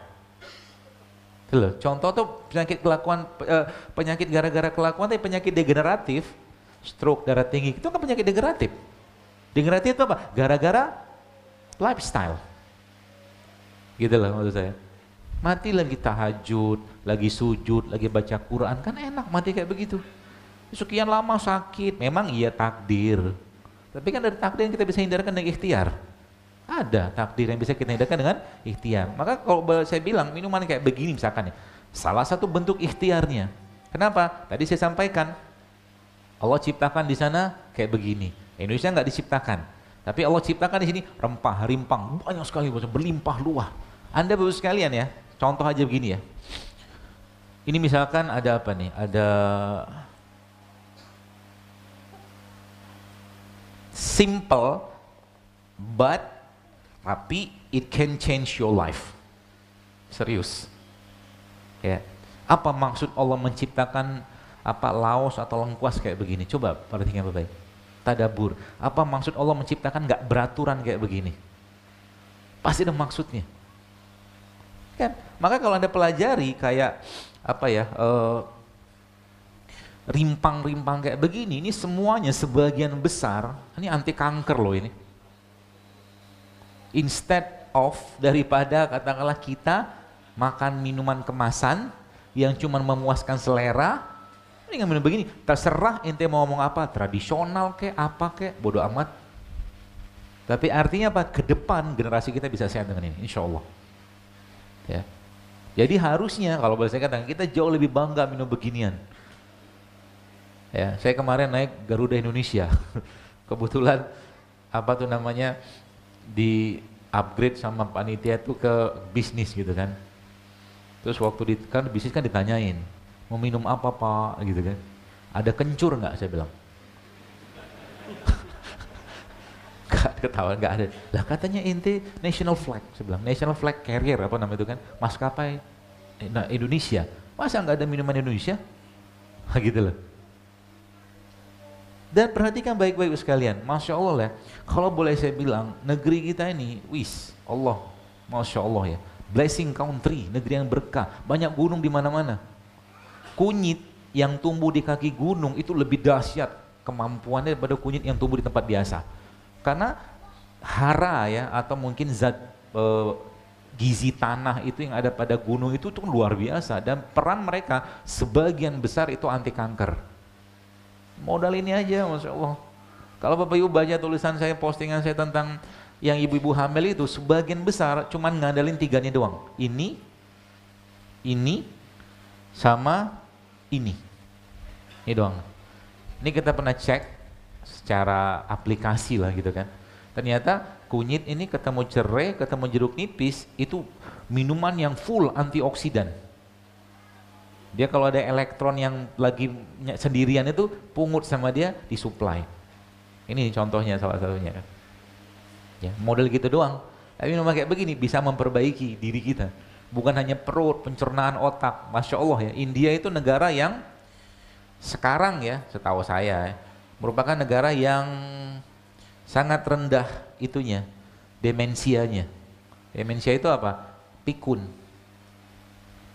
Ada seorang dokter mengatakan karena dia neliti katanya, yang saya baca itu. Karena India merupakan salah satu negara yang sangat tinggi konsumsi ini. Apa-apa pakai kunyit, apa-apa pakai kunyit. Kita kan penuh dengan begini loh, Masya Allah. Ya, apalagi pagi-pagi modal katakan Anda ambil jahe, keprek, kasih air panas, kasih jeruk nipis sedikit, kasih madu, selesai insya Allah. Daripada minuman-minuman yang lain gitu kan. Ya, ini contoh aja. Nah, coba kita lihat bagaimana. Jadi minuman kayak begini cepat bikin hamil.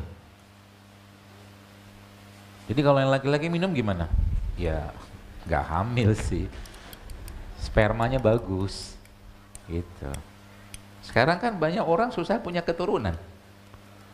Gimana mau punya keturunan? Apa? Sel telurnya itu, ovumnya itu nggak matang. Yang kita kenal dengan apa? PCO itu kan, polycystic ovary syndrome itu kan sel telurnya nggak matang. Gimana mau matang? Nggak ada bahan bakarnya, nggak ada bahan bakunya. Gitu loh. Yang dimakan balik-balik itu lagi itu lagi. Gitu Bu, Pak. Sudah pernah nyobain ini? Bikinlah di rumah. Siapa yang mau? Gak usah. Gak ada yang mau nih? Mau Pak? Sini Pak, silakan Pak. Saya suka dengan orang yang antusias. Oh. Ini dibuatnya dengan cinta Pak. Makanya rasanya insya Allah enak. Gitu ya Bu sekalian ya. Nah jadi mudah, simple. Ya bahkan terakhir itu saya sempat bikin enak. Jadi minum kayak begitu kalau orang bilang nggak enak, siapa bilang? Tinggal kita ubah sedikit aja.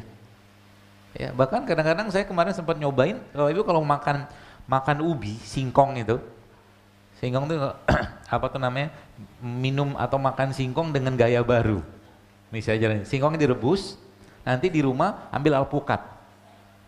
Alpukatnya ada blender, kasih garam, kasih bawang putih, ya, kasih garam, kasih bawang putih di blender, garam sama bawang putih blender, dijadikan dressing. Dressing tahu ya, kalau kita makan salad kan ada dressing itu, kuahnya itu yang kental itu. Itu pakai alpukat, itu enak banget. Itunya si siapa tuh namanya? Si ubinya cocol pakai itu. Beuh. Masya Allah itu enak banget. Sehat, lemak dapat, karbo dapat, serat dapat, semua dapat. Jadi makan yang kita makan tuh jadi obat. Lama-lama apa? Tubuh akan terreset sendiri Bos sekalian. Ya termasuk kayak nasi ya. Ini apa ya? Nasi kayaknya. Oh iya nasi. Sekarang karena udah 9:30 kita masak dulu. Bapak-bapak mau pulang. Ya, nasi ini kan nasi, salah satu nasi sehat. Apa nih, beras coklat. Ya. Jadi pilihan saya nanti bayar di depan ya, Pak. Pilihan saya ya, kadang-kadang tuh kalau pengen makan nasi, kadang sih saya makan nasi putih. Tapi kalau mepet banget kalau pengen, tapi seringnya tidak gitu loh. Jadi ini kan ada nasi kayak begini, lalu Anda ambil bawang putih. Nah, kita bikin ya. Jadi nasi ini akan tertopping, ya, tertopping dengan apa ya? Dengan serat ya. Bukan hanya serat tapi banyak sekali kandungannya. Bawang putih ini salah satu pengencer darah yang paling baik.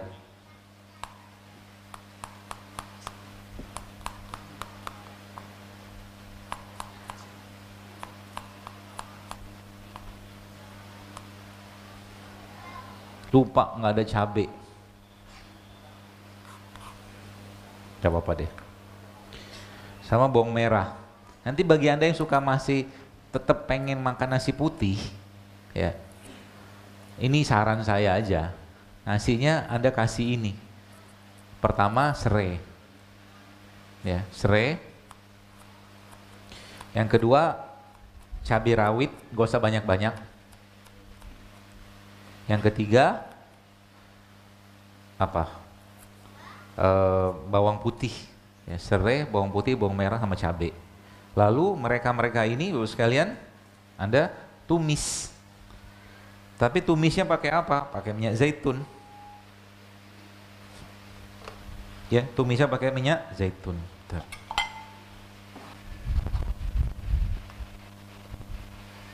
Ini saya bikin sedikit aja sih ya. Apinya kecil aja. Minyak zaitun tidak untuk menggoreng ya, karena minyak ini.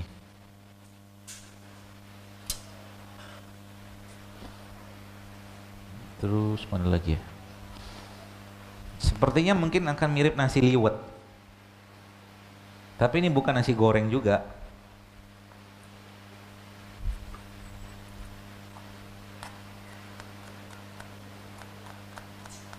Saya dengan beberapa teman-teman di mana? Di Batam itu, pasca kajian biasanya, bukan biasanya, terakhir itu kita bikin cooking class.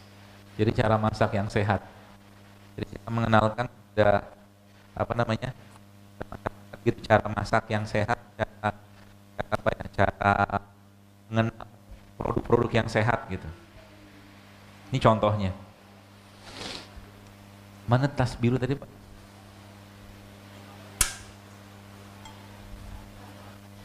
Biar panas sedikit. Ini bukan buat menggoreng sih, cuma buat dapatin rasa aja. Tapi kadang-kadang tanpa ini pun sudah enak. Jadi saya kadang-kadang campur minyak ini doang, Bapak sekalian. Ini sudah mulai keluar baunya nih.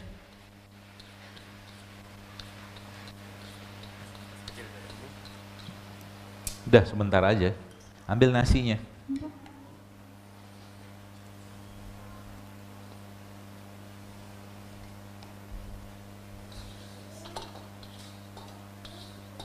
Jadi nasinya tidak digoreng.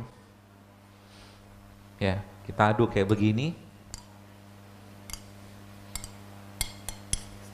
Terus saya kasih garam sedikit. Kalau Anda punya bumbu-bumbu lain di rumah bisa Anda pakai, kayak lada hitam sama segala macam gitu ya. Saya kalau nggak salah biasanya ada. Bisa Anda bikin sendiri lah bumbunya, atau mungkin maaf.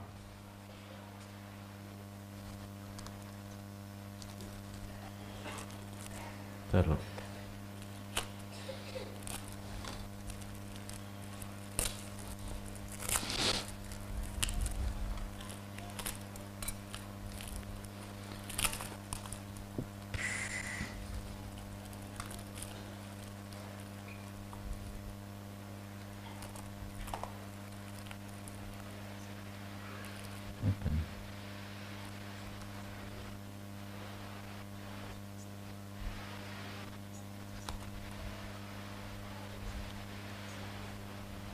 Aduk.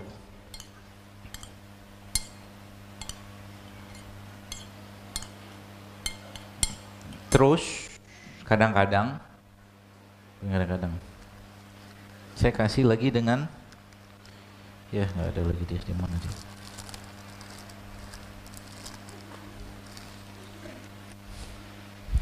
Kismis kalau ada.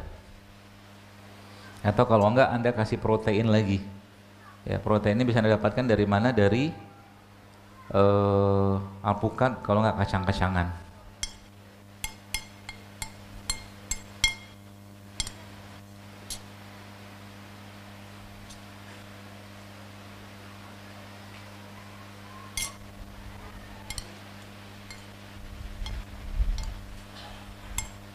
Nggak tahu nih namanya nasi apa. Ya, tapi yang jelas enak.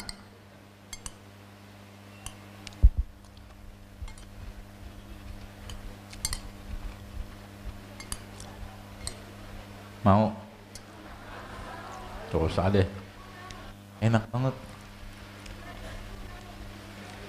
Ibu-ibu mau, bapak-bapaknya malu-malu sih. Gak usah lah bapak-bapaknya. Ya bentar ya. Aduk dulu. Ada yang punya kacang almond nggak? Di depan nggak ada ya? Ini Pak, makanan kayak begini sepertinya simple ya, tapi insya Allah sehat. Kenapa sehat? Karena ada lemak. Lemaknya dari zaitun. Ya, tanpa kita panaskan. Yang kedua, kemudian nasi kayak begini, dengan ada nasi kuning, nasi coklat kayak begini, ada seratnya. Alhamdulillah ada seratnya gitu kan. Kemudian apalagi tambah dengan kayak serai ya, kemudian ada bawang putih, bawang merah. Itu semua makanan buat lambung atau pencernaan kita. Ya, seperti itu.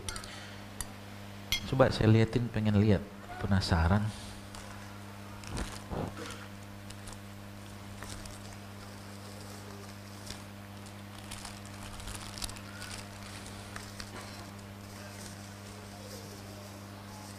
Tidak tahu lagi di mana. Ya sudah, ini aja.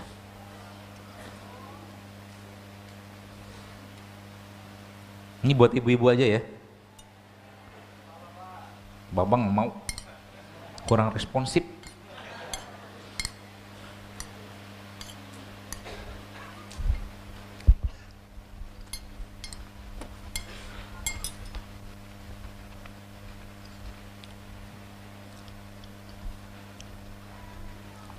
Jadi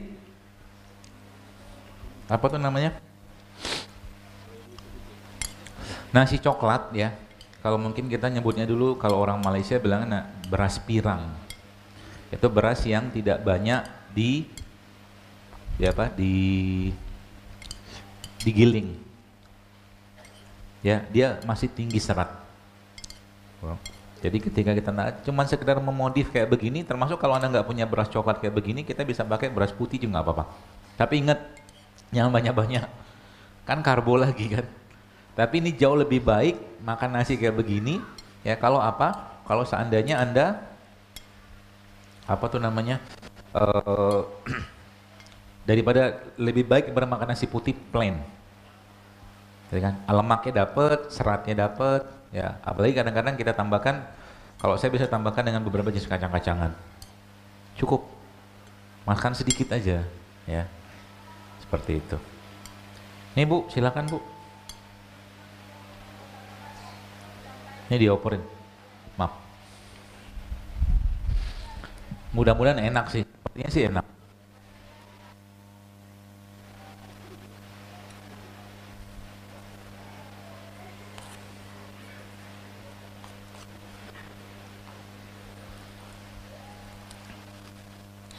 Ya gitu ya Bu sekalian, mudah-mudahan dapat gambaran ya. Jadi yang saya kayak begini nih bisa Anda topping dengan kasih bumbunya, kasih bawang putih, bawang merah di situ.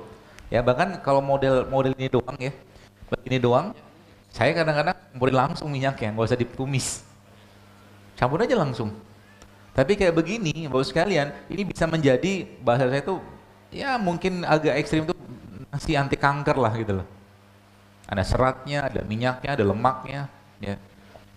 Daripada cuma sekedar makan untuk memuaskan lidah, jangan, ya, perbaiki. Jadi, dan memang saya sendiri memang senangnya ngoprek kayak beginian. Bagaimana kita menciptakan makanan atau masakan yang bisa menyehatkan jantung, ginjal, otak, gitu lah, seperti itu. Sudah dicobain Bu? Sudah sampai belakang belum? Enak? Belum sampai? Oh, alhamdulillah. Baik, karena sudah 9:30, kita lanjutkan dengan pertanyaan saja ya. Jadi mudah-mudahan Bapak Ibu dapat gambaran ya ke depannya. Jadi misalkan berarti pagi-pagi gimana cara kita makan? Gak usah banyak-banyak makan buah aja cukup.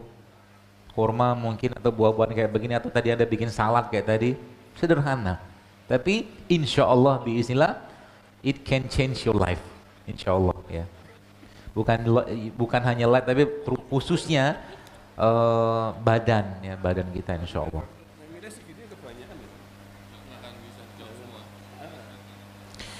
Saya ingin bertanya, saya berusia umur 18 tahun, tapi menstruasi saya masih belum teratur. Kadang sebulan sekali, bisa 2-3 kali berturut-turut. Bagaimana solusinya? Nah gini, perempuan tuh Bapak sekalian, mensnya nggak boleh sakit, harus teratur. Ini rule idealnya sih ya. Wanita itu kalau menstruasi nggak boleh sakit berlebihan, nggak boleh jumlahnya berlebihan, nggak boleh waktunya berlebihan. Kayak seperti biasa aja, tiba-tiba keluar, tiba-tiba berhenti. Itu normal kayak begitu. Syaratnya apa? Syaratnya Anda banyak mengkonsumsi sayur sama buah. Syaratnya. Masalahnya apa tuh namanya? Kenapa bisa muncul kayak begini? Coba dicek apa yang dia makan, yang ukhti atau mbak ini makan. Saya sih menduga kemungkinan makanannya masih belum sehat. Karena bagi perempuan, kalau dia bermasalah, ya bermasalah maksudnya eh, khususnya ya badannya itu biasanya awalnya akan dimulai dari menstruasi. Jadi kalau menstruasinya tidak sehat, maka gerbang penyakit lain akan muncul seperti itu. Jadi solusinya apa? Benerin makan. Tadi nasinya dikurangi, tepungnya di stop, gula pasir di stop, makanan olahan juga jangan. Ya, sama minum yang ini tadi itu, yang tadi kunyit, serai sama jeruk nipis itu. Itu insya Allah membantu banget.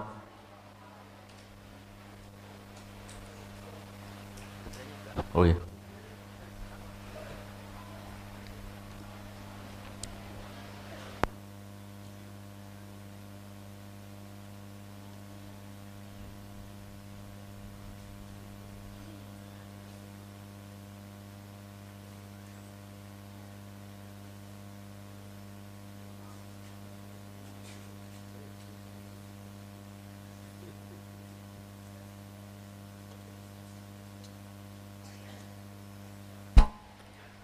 Dah. Baik. Bagaimana agar tubuh tidak sensitif dengan daging telur ikan? Terkadang saya terasa gatal setelah makan itu. Minum air kelapa. Air kelapa, terutama air kelapa yang muda itu, yang dagingnya masih ingusan, halus banget itu. Minum, ya. Seminggu coba diminum 3 kali sama minum habatus sauda. Sama makan probiotik, probiotik. Contohnya kayak tempe tadi tuh, seperti itu. Mudah-mudahan membantu. Kalau ada buah lebih baik dimakan langsung atau dibuat infusan. Sebenarnya dua-duanya bagus, cuman efeknya akan berbeda. Ya, buah yang dibikin infusan kecenderungannya bisa menurunkan tensi. Ya, jadi kalau ibu-ibu sekalian, teman-teman sekalian, kalau habis makan atau minum infus water tiba-tiba keliengan, nah itu bisa jadi tensinya turun, kalau nggak gulanya turun. Cepat sekali dia. Ya, jadi kalau lagi misalkan Anda butuh apa tuh namanya ya, lebih banyak energi dan kita bisa dapat asupan enzim, memang lebih baiknya dimakan. Ya, jadi sebenarnya infus water itu kalau saya pribadi ya daripada kita minum air yang nggak sehat-sehat gitu ya, cemplungin aja buah atau sayuran, itu jauh lebih baik. Ya, tapi ingat itu punya konsekuensi ya. Artinya konsekuensinya apa? Tadi dia bisa menurunkan tensi. Termasuk beberapa jenis rimpang. Rimpang itu seperti bukan rimpang, rempah ya kayak kayu manis ya. Kayu manis itu dia cepat banget nurunin gula darah. Jadi kalau bapak ibu sekalian ngimpus pakai kayu manis hati-hati. Dia bisa menurunkan gula darah. Kalau gula darah turun, hipoglikemik, pusing kita, keliengan. Jadi kita lebih paham badan kita. Jadi kalau saya pribadi biasanya, kalau saya ganti-ganti aja. Ya, hari ini berjahe, besok kunyit, dikit-dikit, nggak usah banyak-banyak. Ya, jadi badan kita terasup dengan banyak sumber mineral dari mereka-mereka itu.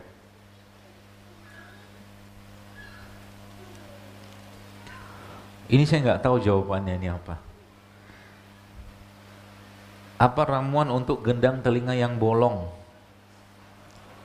Nggak tahu sih. Datang ke dokter THT lah, benerin.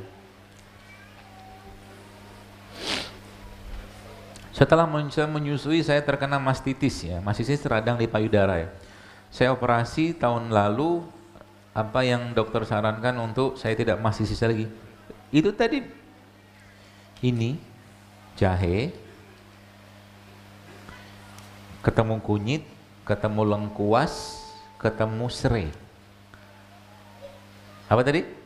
Jahe, kunyit, lengkuas, serai. Urutan gitu ya, urutan. Yang paling banyak berarti jahenya. Yang nomor 2-nya kunyit.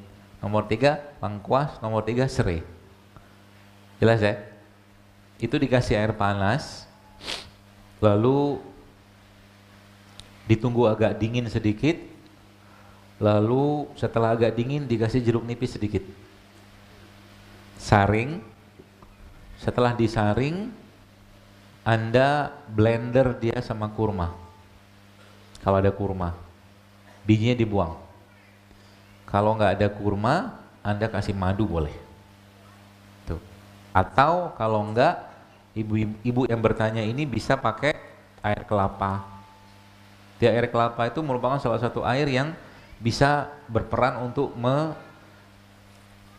apa nih, kayak anti nyeri gitu loh, air kelapa.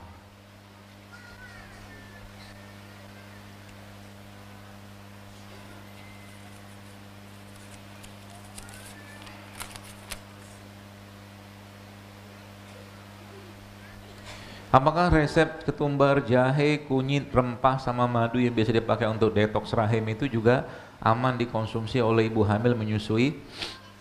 Aman aja sih sebenarnya, ya. Tapi kalau sudah hamil atau menyusuin, saya sih mungkin lebih cenderung untuk makan yang sehat aja, protein sehat, karbo sehat, lemak sehat, ya.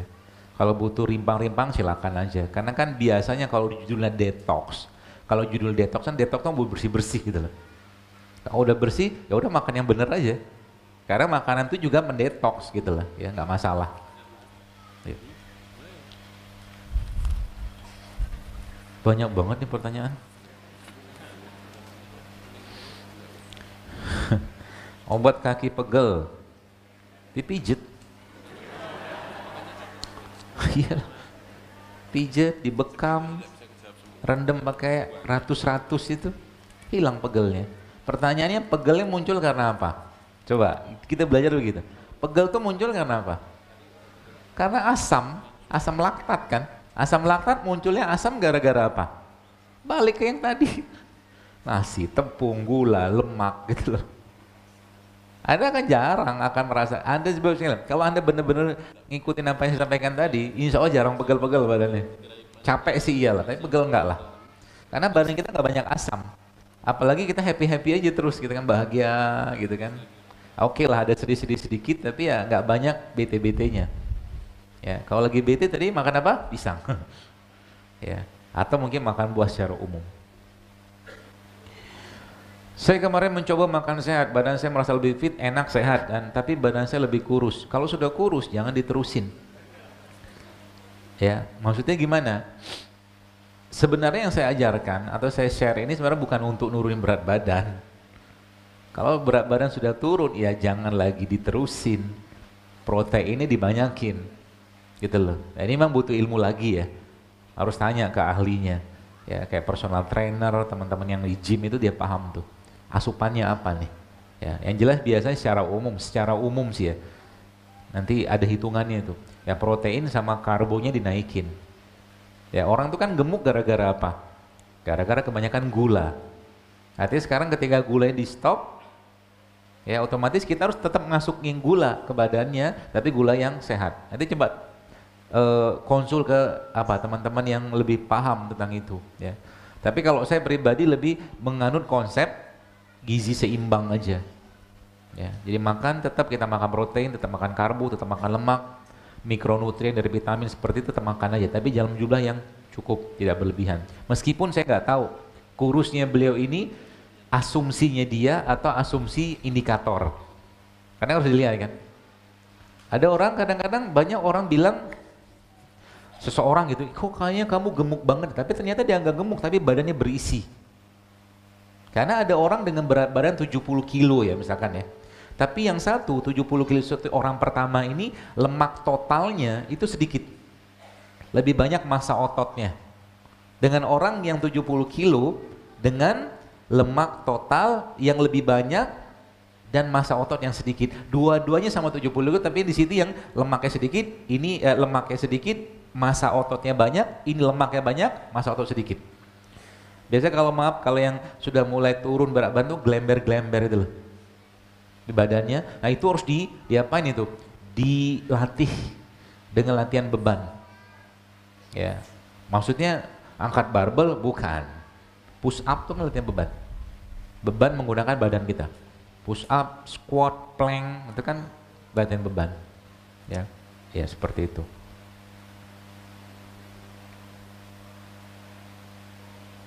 Ibu saya sakit osteoporosis, dianjurkan untuk operasi. Sekarang mulai terapi apel dan serai, tapi juga masih minum obat. Sebaiknya lanjut terapi tadi atau lanjut atau off? Lanjut aja nggak apa-apa. Ya, yang jelas tadi osteoporosis itu kan jadi gini, Teman-teman, saya pengen ngajarin begini pola pikirnya sih ya. Ketika kita melihat satu penyakit, kira-kira root cause-nya apa? Akar masalahnya apa? Osteoporosis, kan pengapuran. Pengapuran itu yang saya pahami salah satu indikat atau penyebab atau yang memicunya adalah asam badannya gitu loh. Asam badannya. Maka kita lihat apa yang Allah ciptakan. Contoh mungkin kayak begini. Ini kan seledri, ini kan apa ya? Seledri apa nih? Bukan. Ini nih. Seledri kan? Seledri ini subhanallah salah satu sayuran yang sangat tinggi kalsiumnya. Kalau kalsium dia tinggi, otomatis sifat dia alkali, basah. Kenapa bayi? Baik. Kenapa bayi 0 sampai 6 bulan bau badannya tuh asik? Ya kan? Karena dia minum ASI. Ada apa dengan ASI? Bapak Ibu kalau pernah cek ASI, ASI itu pH-nya sama kayak air zam-zam.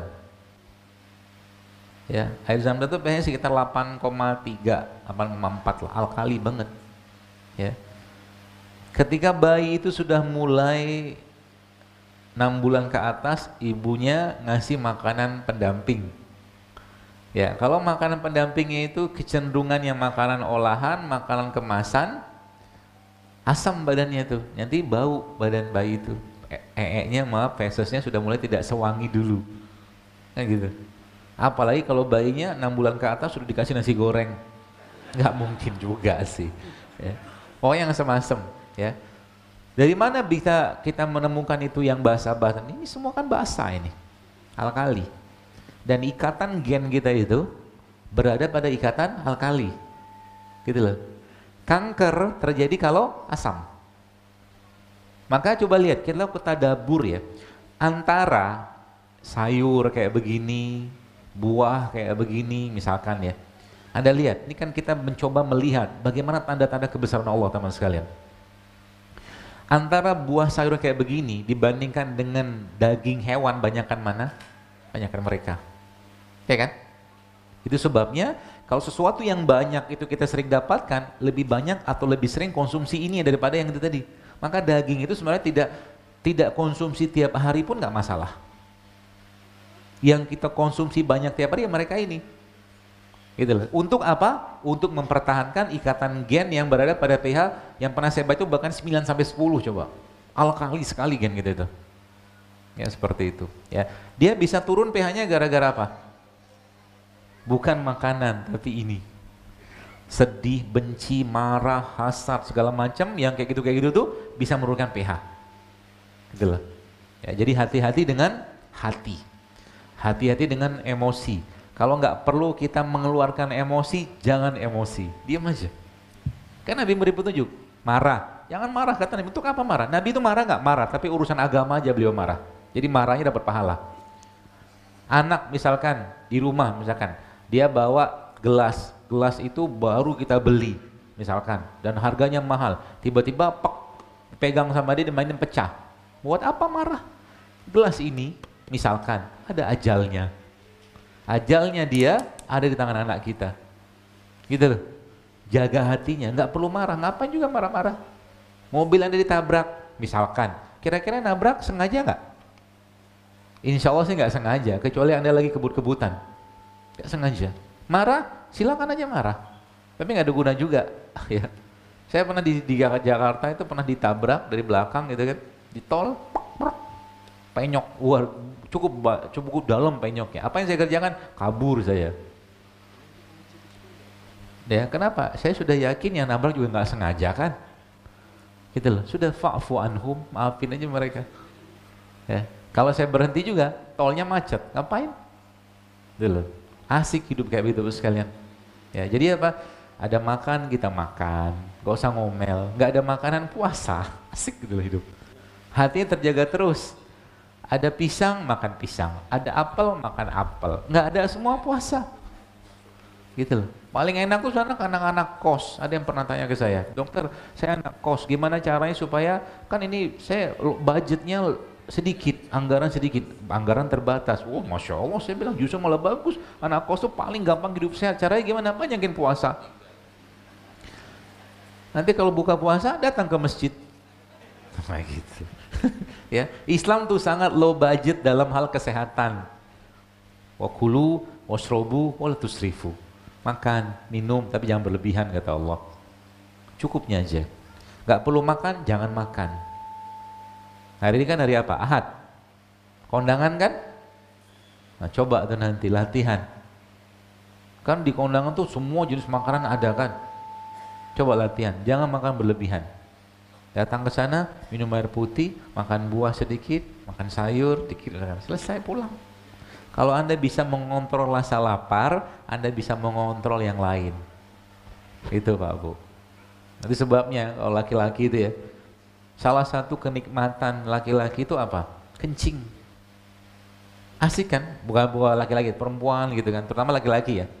Salah satunya. Maka teknik ya untuk menguatkan otot panggul sama pinggang bagi laki-laki agar tidak langsung keluar saat berhubungan intim suami istri itu adalah menahan kencing. Itu yang dikenal sebagai kegel itu loh. Waktu maaf dia mau lagi pipis gitu kan, keluar urinnya, tahan. Tahan. Semakin sering dia tahan, semakin kuat panggulnya. Nanti waktu maaf berhubungan sama istri, dia bisa tahan, bisa ngontrol. Gitu loh. Asik. Dan Bapak Ibu perlu ketahuin ya, banyak masalah rumah tangga, bahkan perceraian itu terjadi salah satu yang utamanya karena ketidakpuasan istri terhadap suami. Sekian tahun nikah, tapi istri tidak pernah merasakan orgasme. Gitu loh. Sayang. Gara-gara apa? Gara-gara suaminya nggak sehat. Ya kalau istrinya soleh, alhamdulillah dia bertahan. Tapi kalau yang nggak soleh, kadang-kadang ya minta cerai deh. Kenapa? Gak ada nikmatnya saya hidup sama kamu, misalnya gitu ya. Maka sering pernah saya sampaikan. Jadi niatkan juga hidup sen untuk memberikan nafkah yang terbaik untuk istri. Bapak ibu, bapak nih, misalkan Anda kalau lagi minum air zam-zam, kan banyak minta itu rezeki macam-macam gitu kan. Minta juga, ya Allah kuatkan fisikku untuk memberi yang terbaik untuk istriku. Karena hubungan suami istri adalah sedekah. Jima itu sedekah. Ya. Kalau nasi putih organik boleh nggak? Andai tidak ada beras ini cuci pakai garam boleh nggak? Ya boleh aja sih. Tapi kalau apa? Saya sih lebih milih nasi yang masih ya. Ya memang nasi itu problemnya apa? Selain seratnya yang kurang, gula yang tinggi, kan ada lagi tuh logam beratnya dari pestisidanya. Jadi kalau Anda makan kayak nasi coklat kayak begini, ya ini lebih, kalau yang saya tahu ya, nanti coba dilihat lagi, itu lebih tinggi seratnya daripada nasi putih biasa. Meskipun organik. Meskipun organik. Apalagi beras merah, atau beras coklat, atau beras hitam. Dicuci pakai garam, setahu saya nggak kuat. Kalau mau cuci pakai baking soda. Baking soda nggak cukup pakai garam.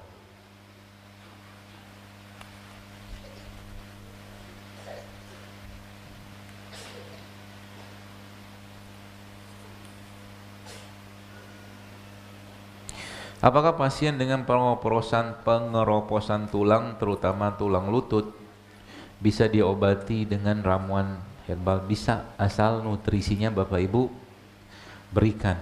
Ya. Pengeroposan tadi saya jelaskan karena asam ya salah satunya.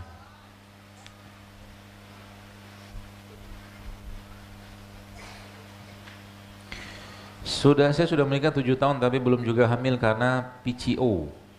Polycystic ovary syndrome. Dulu 1 tahun yang lalu pernah hamil tapi harus dikuret karena hamilnya kosong. Suami saya kerja di tambang, pulang 70 hari sekali dan tidak boleh bawa istri. Apa yang harus saya lakukan? Bingung saya jawabnya. Cari kerja yang lain sih. Oh nggak usaha aja lah. Ya susah kalau udah kayak begitu ya. Awalnya kerja kerja-kerja yang sudah di luar gitu loh, susah. Ya, solusinya gimana? Ya banyak-banyak istighfar, banyak-banyak sedekah. Siapa tahu ketika ketemu suaminya pulang hamil, harapannya begitu. Dan menjelang beliau pulang mungkin ibu hidup sehat aja. Ya, mulai praktek hidup sehat, jangan makan yang nggak sehat. Ya sehingga nanti waktu ketemu sekali ketemu berkualitas sperma ovumnya. Tapi paling bagusnya apa? Ya tadi kerjanya pindah. Ya, kerjanya pindah. Saya banyak kayak begini, case-case begini. Ada yang ketika istrinya lagi masa subur, suami nggak ada. Gitu loh.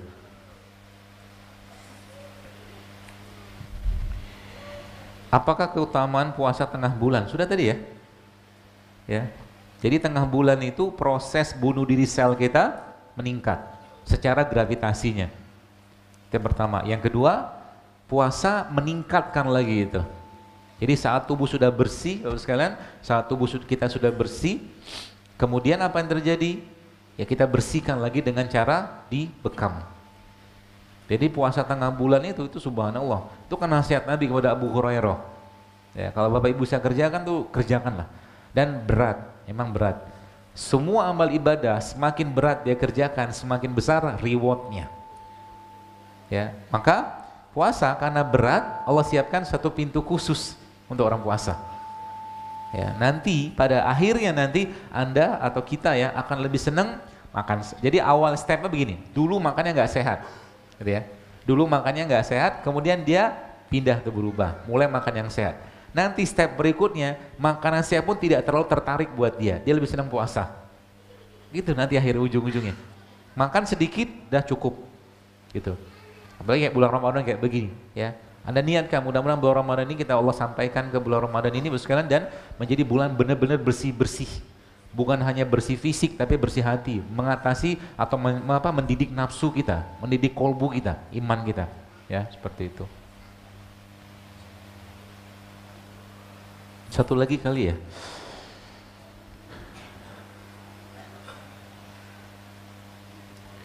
Mohon resep untuk asam urat dan resep obat kolesterol. Tadi udah kayaknya. Yang tadi itu jadi gini, herbal itu atau jamu-jamu rimpang itu dia kerjanya banyak gitu loh. Ya. Kolesterol, sekarang kolesterol itu apa? Lemak. Lemak kan? Munculnya karena apa? Karena yang diasup banyak lemak nggak sehat. Coba tanya sama orang karena kolesterol. Sering makan sayur nggak? Sering makan buah nggak? Sering minum air putih nggak? Kemungkinan besar nggak? Akhirnya yang dimakan apa? Tadi gula lagi, dan berubah menjadi lemak. Ya, itu di stop dengan cara ganti sama sayur dan buah-buahan. Kemudian rimpang-rimpangan secara umum sih ya. Itu insya Allah juga membantu. Tadi saya jelaskan terakhir itu kayak apa jahe, kunyit, lengkuas, serai, sama jeruk nipis, sama kurma dan juga insya Allah membantu.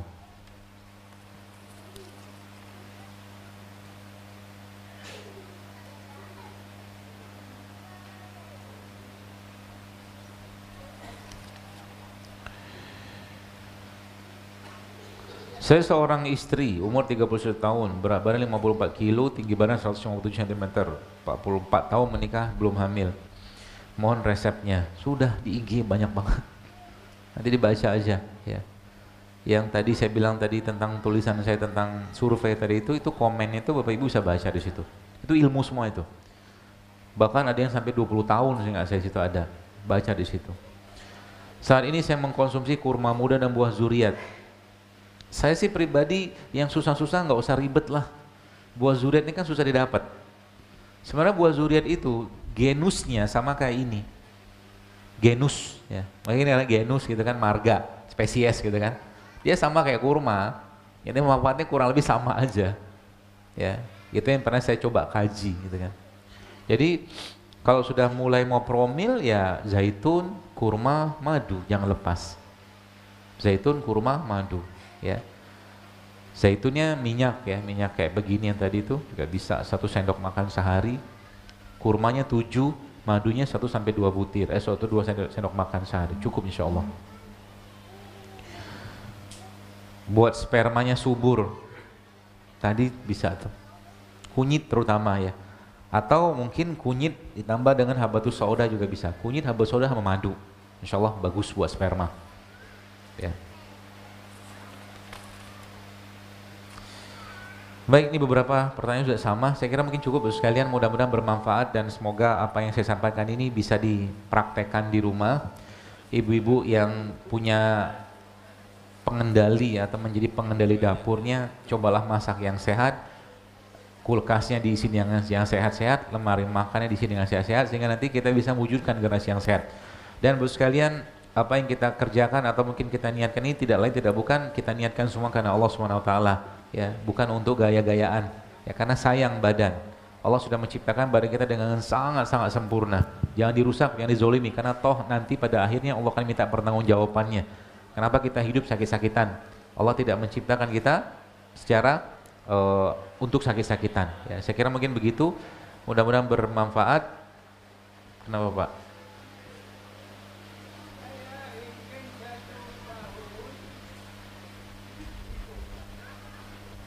Vertigo.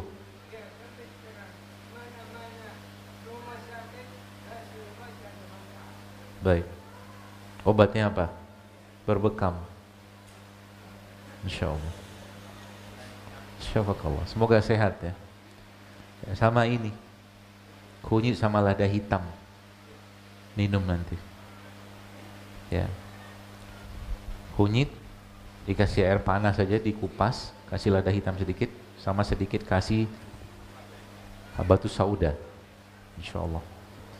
Baik, sekali lagi mohon maaf sekalian kalau ada yang salah dan apa yang saya sampaikan. Semoga apa yang saya sampaikan ini bermanfaat dan semoga dengan ini kita bisa membantu ya menyehatkan negeri ini yang sudah begitu banyak beban penyakitnya.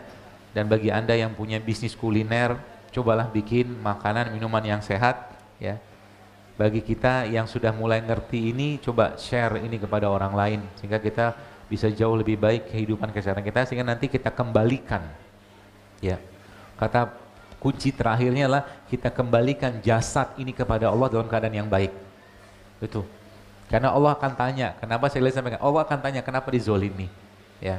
Jangan rusak badan kita yang Allah sudah sampaikan dalam Al-Qur'an, wa laqad khalaqnal insana fi ahsani taqwim. Kami ciptakan manusia sempurna sekali, ya. Semakin kita sehat, maka semakin naikkan ketakwaan kita kepada Allah. Sehatnya yang Allah berikan kepada kita, jadikan sebagai bekal kita untuk lebih taat. Sehat harus lebih taat. Kalau dengan sehat tidak taat, maka mungkin sakit lebih baik untuk menggugurkan dosa kita. Ya, jangan dengan sehat malah justru susah-susah bangunnya. Lalu sekalian, percuma Anda hidup sehat, percuma kita hidup sehat, percuma minum madu, percuma infus water. Kalau seandainya Quran nggak dibaca, malam nggak bangun, ya duha nggak dikerjakan, sayang. Sehatnya kita harus bikin taat. Allah akan senang dengan hamba-hambanya yang kuat dan taat kepada Dia. Mukmin dicintai Allah adalah mukmin yang kuat. Kuat itu dibuktikan dengan cara apa? Bukan kuat fisik, tapi kuat menahan nafsunya. Ketika ketemu makanan nggak sehat, jangan makan. Kuat untuk bangun malam, kuat untuk baca Quran, itu yang saya maksud. Ya, seperti itu. Semoga bertemu lagi dalam waktu kesempatan, sekalian. Semoga Allah sehatkan Bapak Ibu sekalian, dan semoga yang sakit juga disembuhkan Allah. Semoga yang berhutang dilunasi hutangnya oleh Allah SWT. Semoga yang sedang hidupnya bermasalah Allah mudahkan urusannya. Semoga yang belum menikah segera dinikahkan dengan jodoh yang terbaik ya. Dan semoga Allah lindungi negeri kita ini dari segala macam bencana, azab, ujian, penyakit-penyakit yang berbahaya. Dan semoga juga Allah wafatkan kita dalam husnul khotimah. Dan semoga nanti kita bisa bertemu lagi dalam waktu kesempatan, dan mudah-mudahan kita bisa bertemu lagi di surga lagi insyaallah. Subhanakallahumma bihamdika asyhadu an la ilaha illa anta astaghfiruka wa atubu ilaik. Assalamualaikum warahmatullahi wabarakatuh.